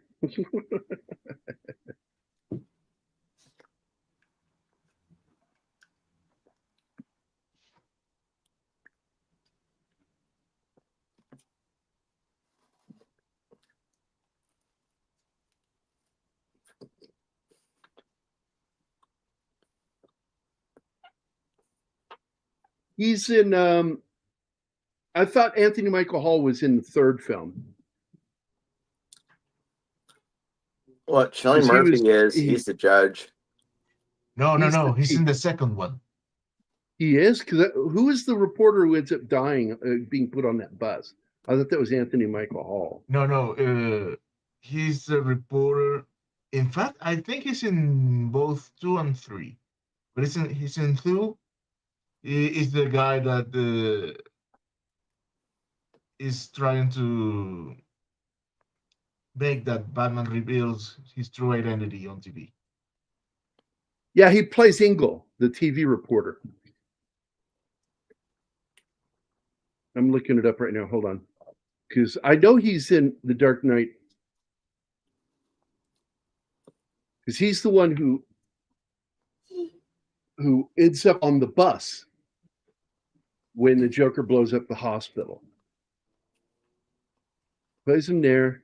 Was he in the third one too? Or did he die? I don't see him listed in the third one. So yeah, it was the second one. So I'm staying corrected. I just remembered. Yeah, he was in the second one.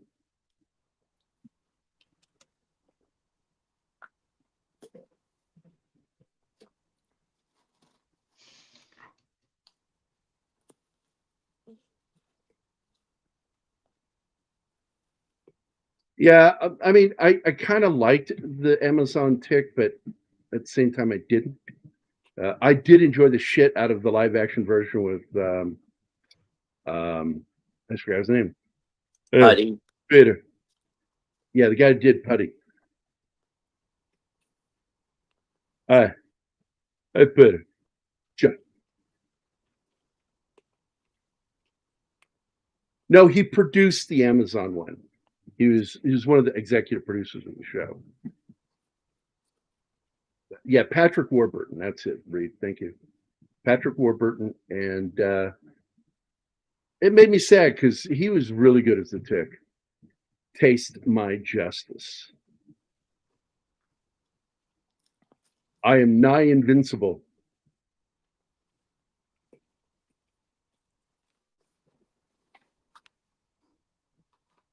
And what was the other one? Does anybody remember the other thing he would yell? Like when he attacked? Spoon.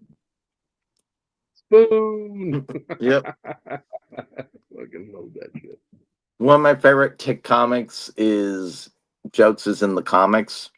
And he's fighting a bunch of ninjas, and then just suddenly in the middle of it, there's a thought bubble. He goes, "Wait a second, I have pockets." And he just continues fighting.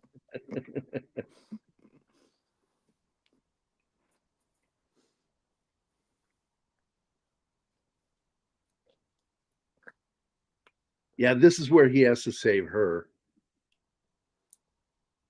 Don't worry, you'll be marrying Tom Cruise soon enough. Will Scientology let me act? Let's not get too ahead of ourselves.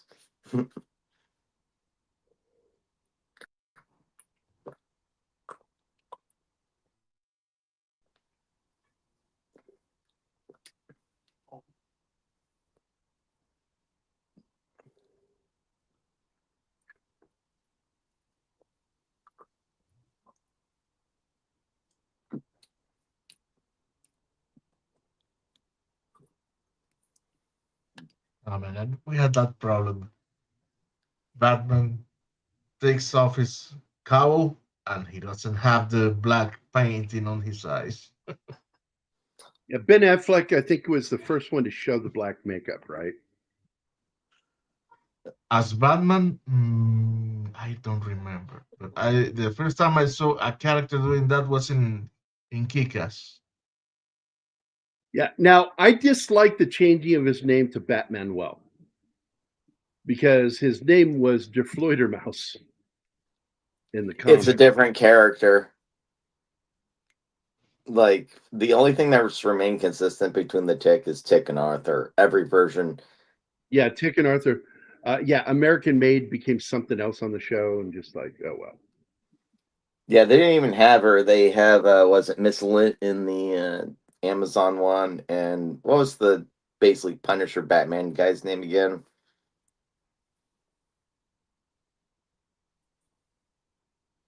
The one with the boat. Ah, never mind. Oh yeah, he plays the mayor. Isn't that right? Doesn't he play the mayor in the Heath Ledger Joker film?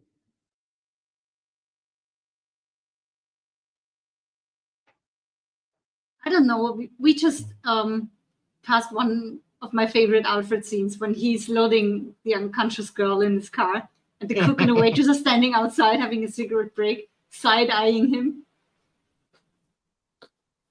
Oh, I think I think my favorite exchange in this whole movie is when it's like, the only thing that kept me from calling the man was so that this wouldn't be personal thing. What's that? He just says, "Damn good television."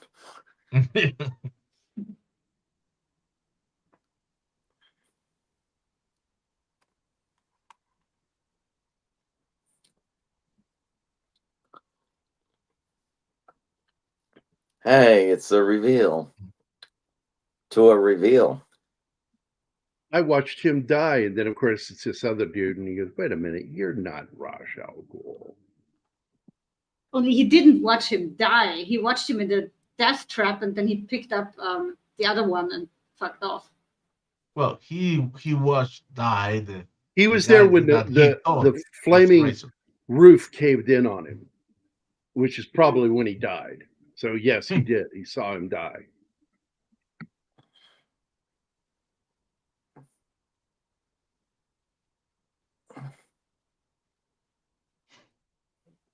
It's sad because I actually enjoyed the film.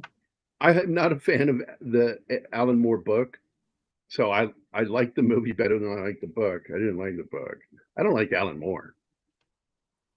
Pretentious prick.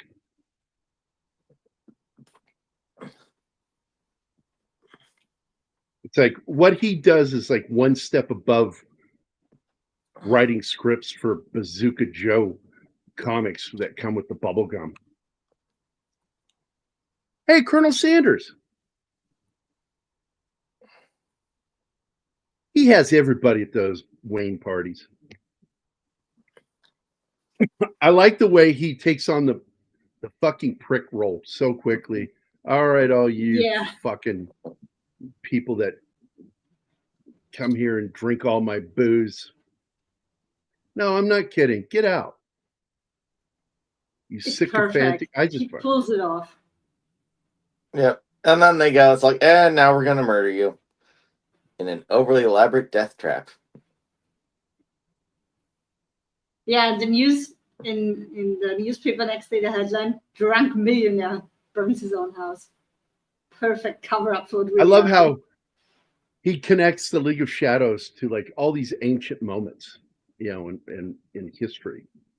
Sacking of Rome, Constantinople.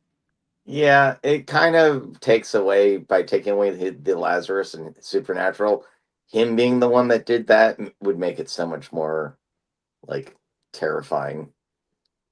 Wait a minute, what's this? I kind of turned on Sarah, whatever that dude's name is, after his appearance on 8 out of 10 Cats does. I like that show.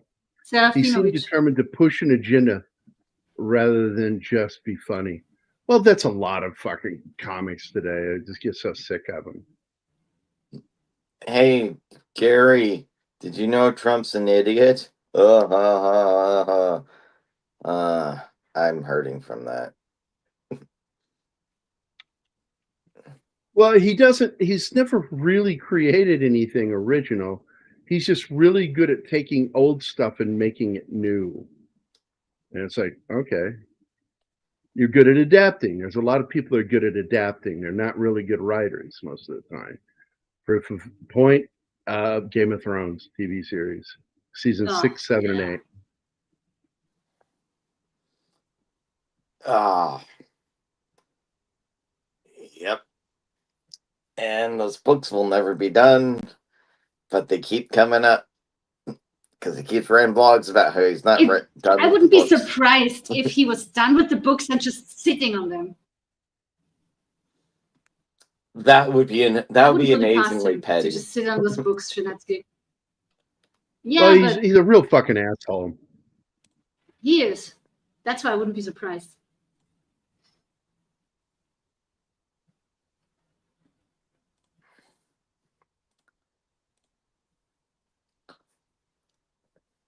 At least he's like, hey, you burn my house down, I'm going to burn down yours. I mean, it's like poetry, it rhymes with fire. Yeah, only that's a huge stone mansion. And it Another great completely line wrecked. from Alfred here is when he comes in, he says, Oh yeah. "It's all those push-ups. I think he could be able to push a beam up." To lift a log, that's his words. What are all these push-ups good for if you can't lift a log? And that makes him angry and he lifts it. I love Alfred.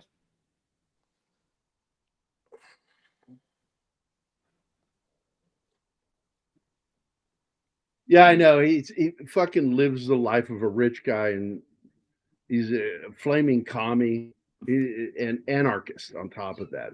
I fucking hate the guy. Yes. So then, if we're talking about famous Batman writers, how do you feel about Dark Knight Returns? Why can't remember his name? Did 300? Well, Zach, No, the Zach? comic book writer. Oh, Frank Miller. Yeah, how do you feel about Frank Miller then? I liked him for the most part through the 80s and the 90s. He got a little weird in the 2000s. It gets really fucking weird. Like he has thing where like Batman grapes Wonder Woman, and then they have like super children who are I can't even go into it here. Like, how could he even conceivably do that? She would kill him. Yeah. Hey, it's Joffrey. Again. It's like I need you to do something. We're like, don't worry, I will.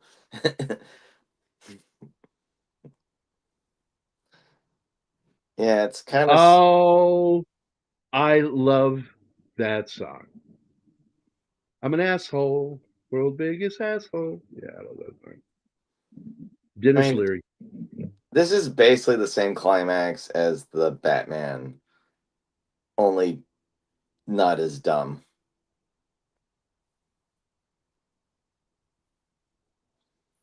Because, I mean, yeah, it's Gotham gets flooded with steam, and then Gotham gets flooded with water.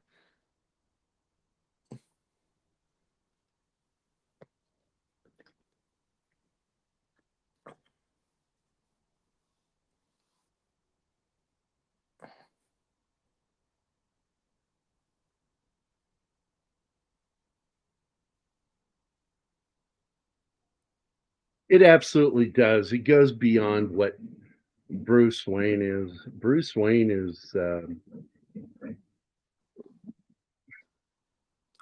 I've never entirely liked the idea of like, oh, Bruce Wayne's the mask, Batman's the real identity. Okay, so he's completely insane, is what you're saying. Well, that's Yeah. something that was said about Cranston in The Shadow, that the Shadow is the real man and Cranston is the mask. A tool. Your boy Jack here. Just scored some magic beans. No cap. Heading home. Oops. Frick. Pop up. Okay. But no. The Shadow is still identifies as Kent Allard. He just basically doesn't want anyone to know who he is, so they, can't murder him in his sleep. Like, actually, like, the Shadow is way better thought out than Batman. Because the Shadow will just flat out kill evil people as a way of reducing crime instead of, just stick them in Arkham where they're going to just get out again and keep killing people again. Because we can never, ever just have a character who's a bad guy actually die off in comics. The 1966 movie begins with a series of thanks to all the lovers of crime fighters, and then finally the camera lands on two people kissing, and basically, and to all those lovers. I just thought that was so stupid and funny. That was weird shit. What I didn't like was that they did a variation of the theme, and they should have just used the theme in the movie. I do admit the ending for this the movie version of Batman, the Adam West one, is hilarious because if you think about it, it's a really messed up ending, and they're just kind of like, okay, I have no idea how to fix this. Let's just go out the window, everybody. Yeah. It's like they walk away having mixed everybody's powder to where it's a mishmash of people, and they're like they got hydrated, and now it's all fucked up, and they just walk away like this should be interesting. Let's go, chum. They go out the fucking window. Yeah, because I do love the gag of the UN is just everyone shouting and none of them notice they're getting reduced to dust. Well, he's a self-proclaimed libertarian, but I've read some of the stuff that he's written, not just his stories, but stuff that he's written talking about his politics, and he strikes me as an anarchist too. That does sound about right. And I got to tell you, I'm a strict constitutionalist, not a libertarian, but I fit in the libertarian mold for years. That I'm technically just a strict constitutionalist, and I do not like libertarians as a whole. I find them fucking cunts most of the time. The problem is twats. They become absolutists about it to the point where it undermines their own platform. Yeah, we should not have any limitations on the stuff we can do. Okay, so does that include marrying underage? Yeah, I got to tell you, man, they don't think. And the worst part is the people that run on the Libertarian Party are always fucking either nut jobs or porn industry people. And I'm just like, that says everything for you. No, thank you. This fight scene on the subway is really good between Rosh and Batman. I love the ending of it. I love how they throw that line in there, and this goes all the way back to setting up that fucking fortress on fire and pretty much killing everybody. That he says, I won't save you, or he says, I won't kill you, but I won't save you either. In I don't other have words, to save you. Yeah, you're killing me because it's the same thing. If you know that I'm going to die going over that edge, if you know that, then you're killing me. Yeah, but he's not getting his hands dirty.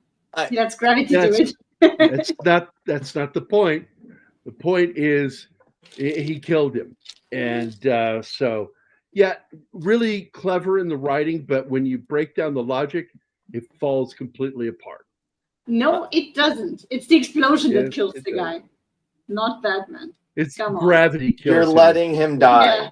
Yeah. Gravity and then the explosion.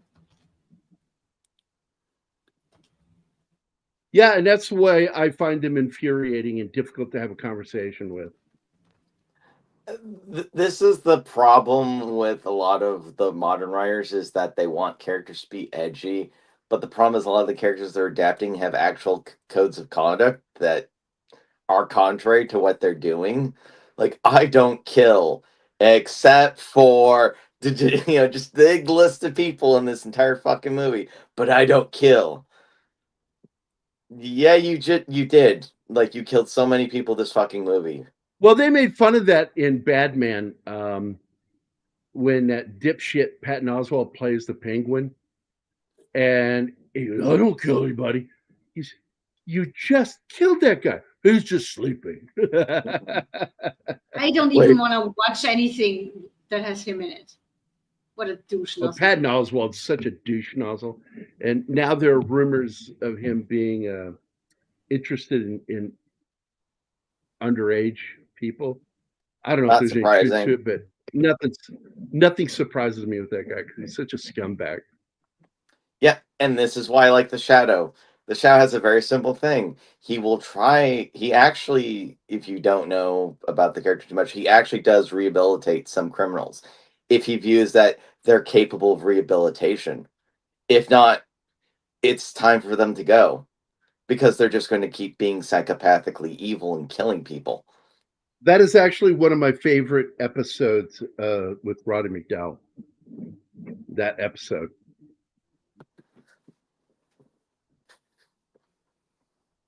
Yeah, I highly recommend the Shadow Pulps. The character's great. Apparently, Snyder doesn't know how guns work. Yeah, that's another thing. The Shadow uses guns, and he doesn't use he uses handguns. He doesn't just use a grenade launcher and go, well, it's not technically a gun. He uses, as I recall, Colt 1911s. 1911s. He also uses submachine guns. Stop it!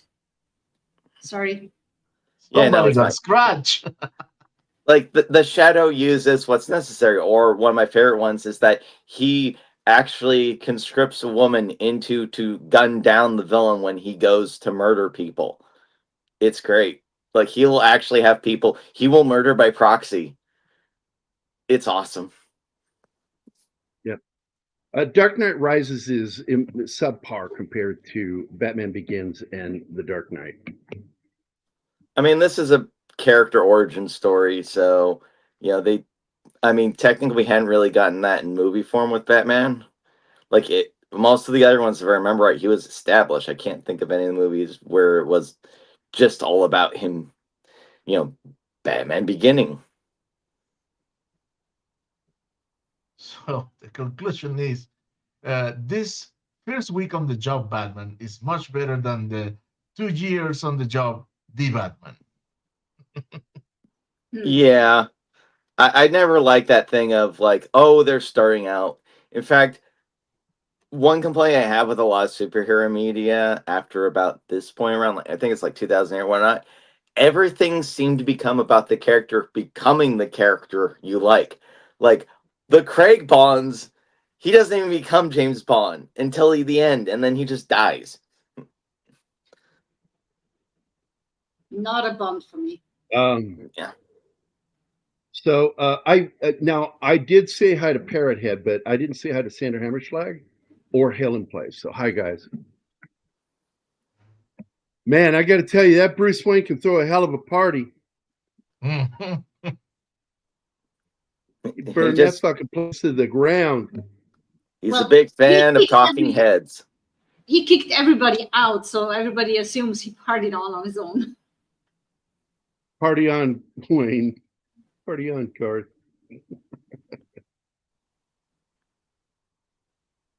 Now, one of my frustrations is with the second film because it takes place apparently not long after this because they're still building the new Wayne Manor. So he's living elsewhere. But Alfred in this film seems supportive of what Bruce is doing and helpful. Whereas starting in the second film, he gets a little bit fucking not so supportive and more contrarian to everything. And I felt that was a bad choice in the writing. I do like this where they show the Joker is the next villain. Yeah. And by the way, I'm going to say this again. Hans Zimmer's score in this actually works. I ignored it for the most part. It fits the mood of the film. The way he does his all the time. It's always droning. But it works because it sets a mood. Whereas it completely fails with Man of Steel because it's not heroic. And that's my problem with his theme in that film. And I fucking hate the soundtrack for that movie. I lost a friend over that. Really? Oh, yeah. I won't say his name, but yeah, he won't talk to me anymore because I made that criticism. I'm like, really? You're ending a friendship over me saying that. That is bullshit. I mean, I love this guy. Well, people end fucking friendships over politics all the time, which I think is fucking goofy. The last decade has been almost nothing like, oh, did you vote for X politician I don't like? Well, guess what? You're never going to tell me that again. Boom. Block. Ban. Whatever. Like, That's why I got to tell you something. Yeah, no, and you're right, Shinatsky. Batman Begins had a theme, Man of Steel did not. I am so happy that James Gunn is going back to using the Superman theme from Williams, because it is the perfect fucking theme for Superman and should be the only theme for Superman because it works. It's perfectly. fucking Williams. There's nobody better than him. No one. yep. What you do is you bring in a new composer and integrate that theme somewhere in there. It works. Just use it. Yeah, it's like, hey, guess what? The James Bond theme has been used for composers of the future James Bond movies, not just that original composer, because it's a thematic overlay. It's a thematic continuity from the beginning that lets you know it's James Bond. I don't know why so many other people feel the need to completely reinvent the wheel when someone made you a really damn good wheel. Exactly. So the budget for the film was $150 million, was ridiculous, and the box office was $375 million. So they did pretty well with the movie. And let's see if I can get down to any of the. Oh fuck yeah, this is great. Viggo Mortensen was another person that was considered, but Christian Bale was the first actor Christopher Nolan went to play the part. In his mind, he was the perfect actor for the role, but he was scared to death because the movie he was doing before this was The Machinist, where he lost all that fucking weight and looked like he was fucking dying. Insane. It's crazy when actors do that. It's not healthy. So, and a lot of the planning for this film was done in Christopher Nolan's garage, where David S. Goyer would join him in the garage. They would sit in there and do stuff. And Goyer was about to go direct a fucking movie. And so he really kind of said, "You're the perfect person for this." And he says, "Please work with me on this," and begged him. And eventually he agreed. And it's ironic because when he was a kid, he told his mom, "One day I'm going to direct movies, and then I'm going to direct a Batman movie." So he didn't direct it, but he wrote it. I think that's pretty cool. Hey, if you get close to your dreams, you're done better than 99% of people out there. By the way, do you know what film he was doing? Goyer, what was it? Star Trek? The film that he was working on, that he had to leave to go work on, was Blade Trinity. Oh, yeah.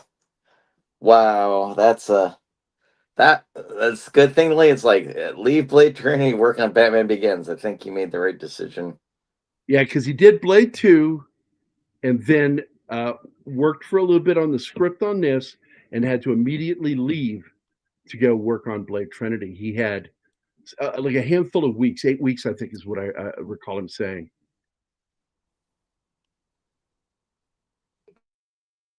Yep.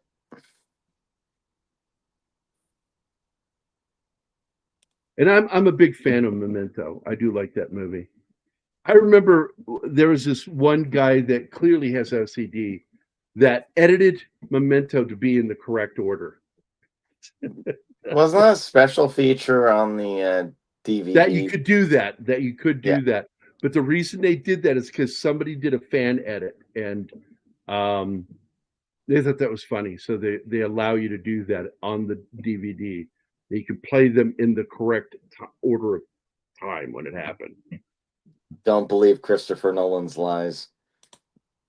My favorite film he had done before this, though, was a little movie called Insomnia with Robin Williams, which I like that fucking movie. Oh, I thought you were going to say Following. Which is a remake. A lot of people don't know that. It's a Dutch film, a remake of a Dutch film. With Skarsgård in the lead. The Dutch one. And it was Goyer who suggested going back to the grassroots, doing a complete reboot, and actually tell the origin story. of Batman, and that was all Goyer's idea. Yep. They wanted to go for a hard R, but it's hard to believe with all the shit that happened in that this is actually a PG-13 movie, man. Well, it's one of those ones where obviously they had a bunch of notes and they were working with the ratings board. Well, they really planned this because they pulled the guy who had helped design the film into the same garage, and he built so much of the movie right there in Nolan's garage. Just building the miniatures, the sets, and everything. And it was so pre-planned, and he sat in on those production meetings, and he would point out, like, well, from a design aspect, that what would really work here is, and then they would integrate that into the script. And so this was probably one of the best planned films from the beginning to end. And I kind of like that when you have a vision and you stick to it. I happen to like his writing on this. It kind of reminded me a little bit of the good stuff Frank Miller did, and also the work of Denny O'Neil. It works. There's just a few like character morality, like WTFs, but other than that, it's relatively solid. Yeah, and I think there are elements in this film too that borrows heavily from Jeff Loeb, Tim Sale's book, Batman: The Long Halloween. There's lots of little influences in this film. I still find it funny that they'll borrow from like the Dark Knight Returns or Long Halloween or Year One, but it's like I don't understand. Like, why not just adapt those as movies, as live action movies? That way they can finally get them out of their system.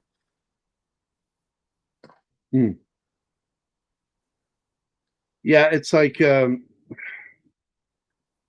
I don't like a lot of Goyer's other movies. I liked what he did with I liked Blade 2. And I got to be honest, for what was in the story, I kind of liked Blade Trinity, but the savior of that film is Ryan Reynolds. I like his work with Batman, but I don't like the Dark Knight Rises. I think that it's weak. I really didn't like what he did with Man of Steel. I didn't like Batman versus Superman: Dawn of Justice.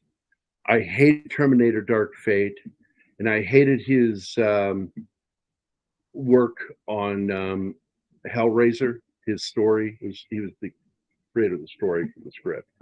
My guess is he wrote the first script and then they just used elements of it. What I didn't like the Hellraiser reboot, or the Hellraiser reboot in 2022. It was okay. I didn't like Jumper, but I didn't dislike it, but I also didn't like it. I did not like the movie The Unborn. I didn't like Ghost Rider: Spirit of Vengeance. Gosh, I'm going through all this stuff. I don't even remember Zigzag. So he's pretty much mediocrity with flashes of genius, I guess. Now, I loved Blade. He did a great job with Blade. I love the work he did on Dark City, but he didn't write it. He directed it. Dark City is one of my favorites. It's like probably my top disliked The Crow, City of Angels. I didn't like it. Any Crow movie after the first is not worth it. I did like his adaptation film of Robert Heinlein's The Puppet Masters. I liked that movie. Again, he only directed the Sutherland one. Yes. Yeah. Donald, not Kiefer. He also did the low budget Full Moon film, directed it, Arcade, which was okay. Same with Demonic Toys. He directed Kickboxer 2, which is not as bad as Kickboxer 3. And what was this movie he did? Oh, he did Death Warrant. He directed Death Warrant with Jean-Claude Van Damme. Yeah, I'm not that big fan of that. He co-produced Mission to Mars, which was okay. Yeah. The executive producer of Ghost Rider, which was not great, but it wasn't bad either. I actually did enjoy that. He did the movie The Forest, which I just didn't want to watch. The remake of Birth of a Nation, which I just thought was pointless. Assassination Nation looks stupid as fuck. Let's It's see. one of those woke movies, and I'm not like exaggerating. AXL, when I saw the trailer for that, I was out 20 seconds into the trailer. Yep. He did the movie Tao, which didn't sound interesting to me at all. The Night House sounds stupid. The Tomorrow War, I actually liked that, and he was executive producer on that.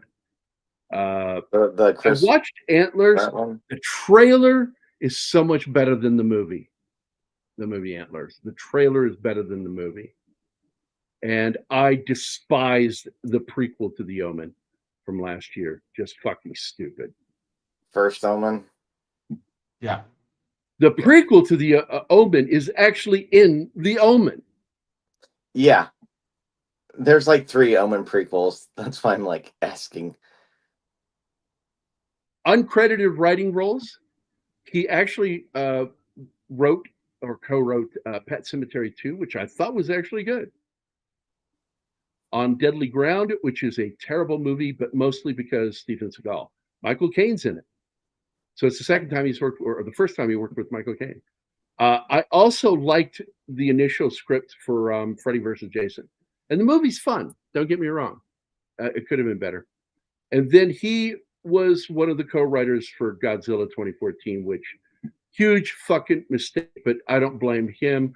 I blame Gareth Edwards. Yep. You know, I think if they're doing crossovers movies for Jason, that's more like Chuck Dixon territory. Yeah.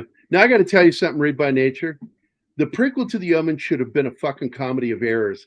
Of wait a minute, did we mix up the semen? Who got what baby?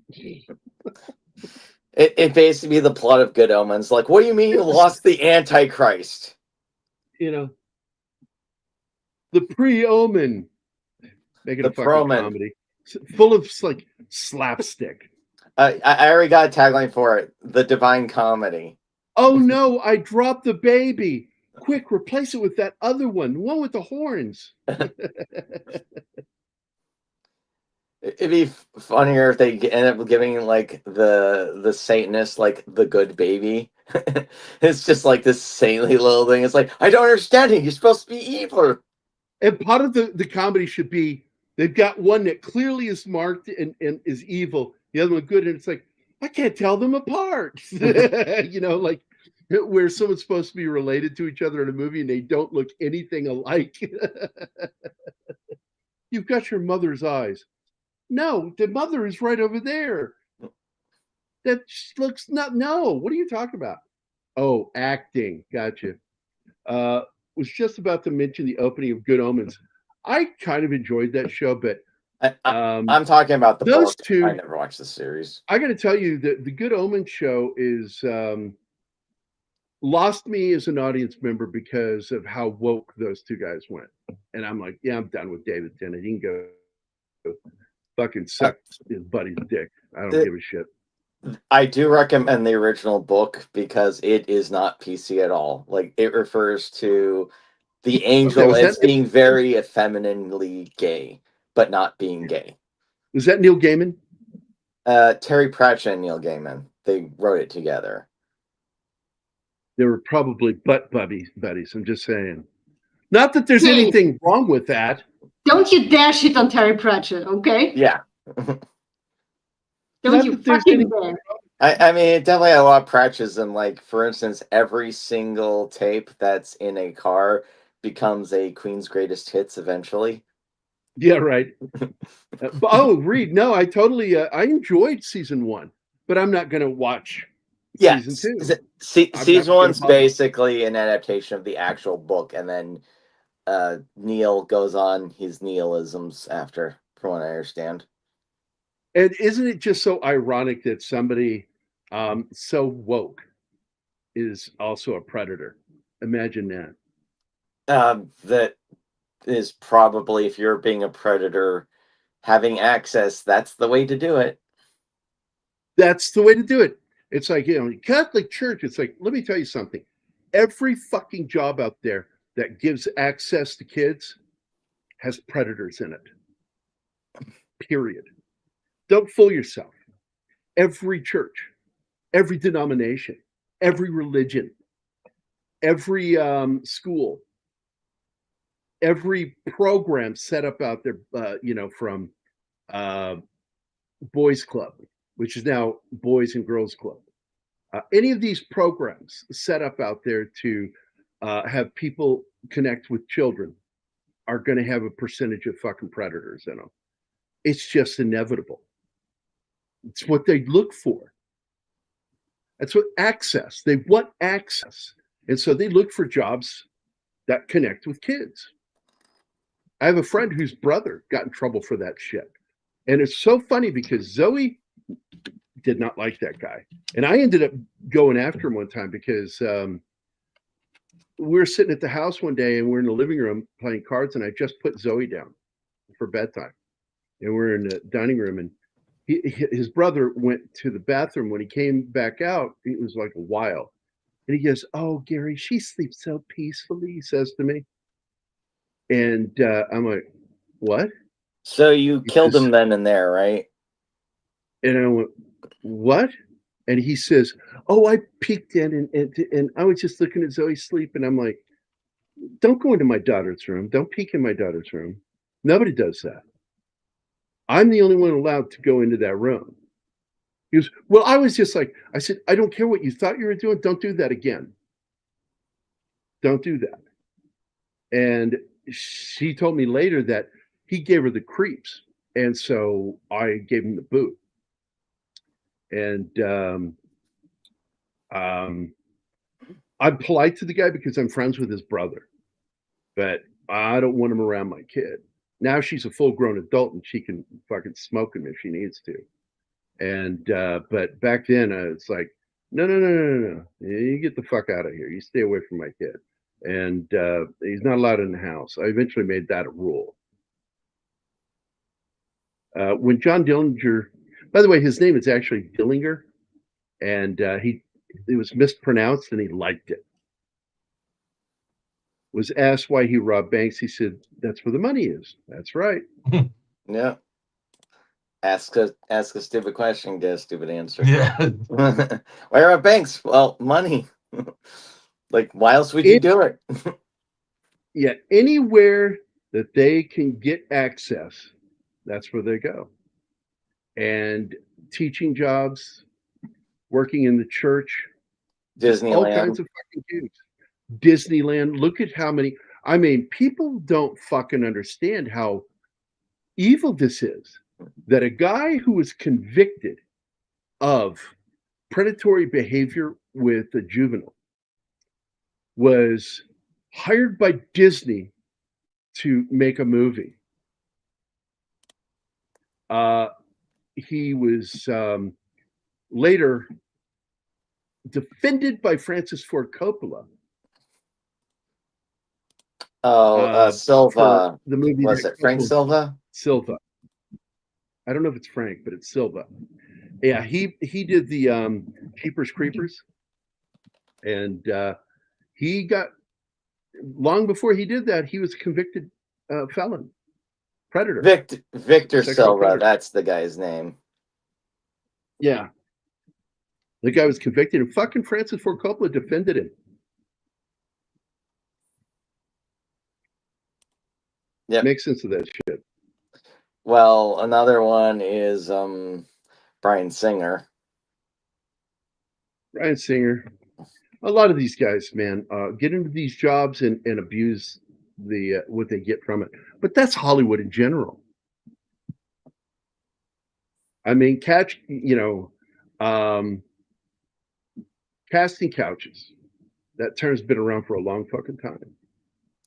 And it, by the way, it never went away. Me Too just made it so that the women get more out of it.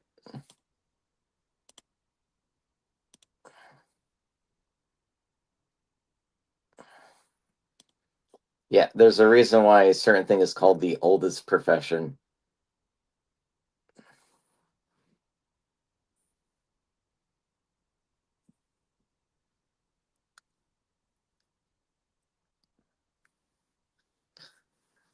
But yeah, good movie. He was convicted in 1988 of molestation. And it was the child actor that he was working with on the movie Clown House. I don't know. Bryan Singer had, I think, quite a few things because he did a lot of no-nos on At Pupil, especially when it came to a point where there was a bunch of boys in a shower in a high school. Yeah, he was not. Silva was not involved with Buck Rogers, but he's a creepy fucking dude. He also made a good film that I do like for the cast, not because of him, called Powder. I thought that was a good sci-fi film. Yes, I like that one. Yeah, he's a fucking creepy dude. God, man, fucking sexual predator. And Disney hired him after he'd been convicted. Yep. Well, you know, they gotta stick with their friends, right? Yep. Yeah, and that's what I brought up, teaching. Anything where they can access kids. Any profession where you have direct contact with children, these predators look for and do weasel their way into those jobs. We had a gym teacher in Springfield. Terrifying news. My daughter was home, thank God, when this happened. He was a gym coach at school, and he went driving down the street, and he saw a little girl playing on the street, broad daylight. Got out of the car in the middle of the street, parked his car in the middle of the street, got out, grabbed this little girl, threw her into the car, and drove off with her. And cops were on it, like quickly, man. And the feds were already there. We had the FBI in town for this. Right after it happened, they were here in Springfield. And they were looking for this guy. And we heard a hubbub outside, and we went out on our balcony, and we could look out on the balcony right across the street at the Glow laundromat. And after he had assaulted this little girl and killed her, he drove to the laundromat right across the street from us. And we watched the FBI and police go in and get this guy in the laundromat. And I was terrified because, again, with my little girl, I was just like, fuck, man. And you find out he was a fucking gym teacher, gym coach, whatever you want to call him. Yeah. Those who can't teach gym. Then who taught Jim Kirk?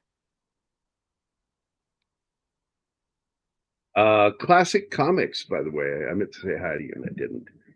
And I love that he's wearing his avatar is from the movie Phantom of the Paradise.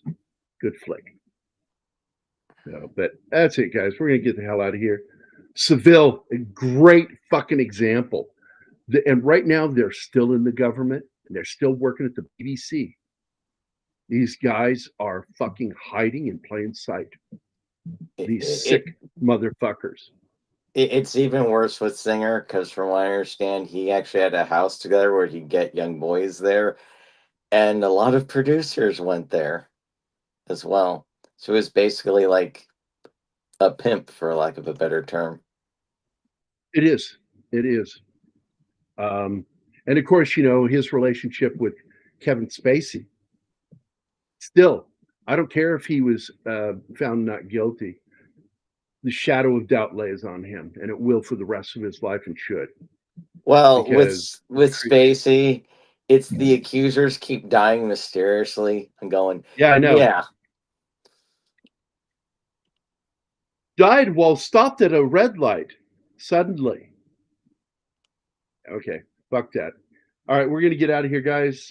Any last thoughts on Batman Begins before we go? Fun film. Yeah. I like the movie. I'm very fond of it. But I'm still pissed that Kevin Feige built the MCU off of this style of film. And it's like, sorry, the Marvel Universe needs to be fun. Always fun, and should always stray away from overly realistic shit. Yeah, it's called fantasy. Not Well, you want believability. That's why I always say you don't want well. realism. You want I think believability. I think it's worked well for Iron Man, the first one, Captain America, and Hulk. Those three Well, movies. Iron Man still has that realistic aspect, and it kind of moved away from the comics by doing that. And that's the part Keith is talking about, and I get it. I think that it would have been nicer if it was a more comic accurate Iron Man film. But it's still fun because I like Robert Downey Jr., but he's Yep. not a comic accurate version. Costume was better than the TDK, which they changed again. Well, that's because they changed the neck so he could turn his fucking head. So, but anyway, that's it, guys. We're going to get the hell out of here. Anima, do you have any last thoughts, or is the cat occupying all your time? No, she's fine. So, any last thoughts on the film? Fun movie. Great movie. You enjoyed it. That's really good, and that's what's the most important thing. You know, But it doesn't outrun my favorite, The Dark Knight. Heath Ledger, man. Heath Ledger is the Joker. I saw that in a movie theater because of him. Yep. Somebody had a I did like crush. his performance. I did like his performance. He's the best So- Joker ever. And that's it, guys. We're going to get the F out of here. Everybody have a great weekend, and we'll see you again on Monday. All right. Bye, guys. Bye. Bye. Bye.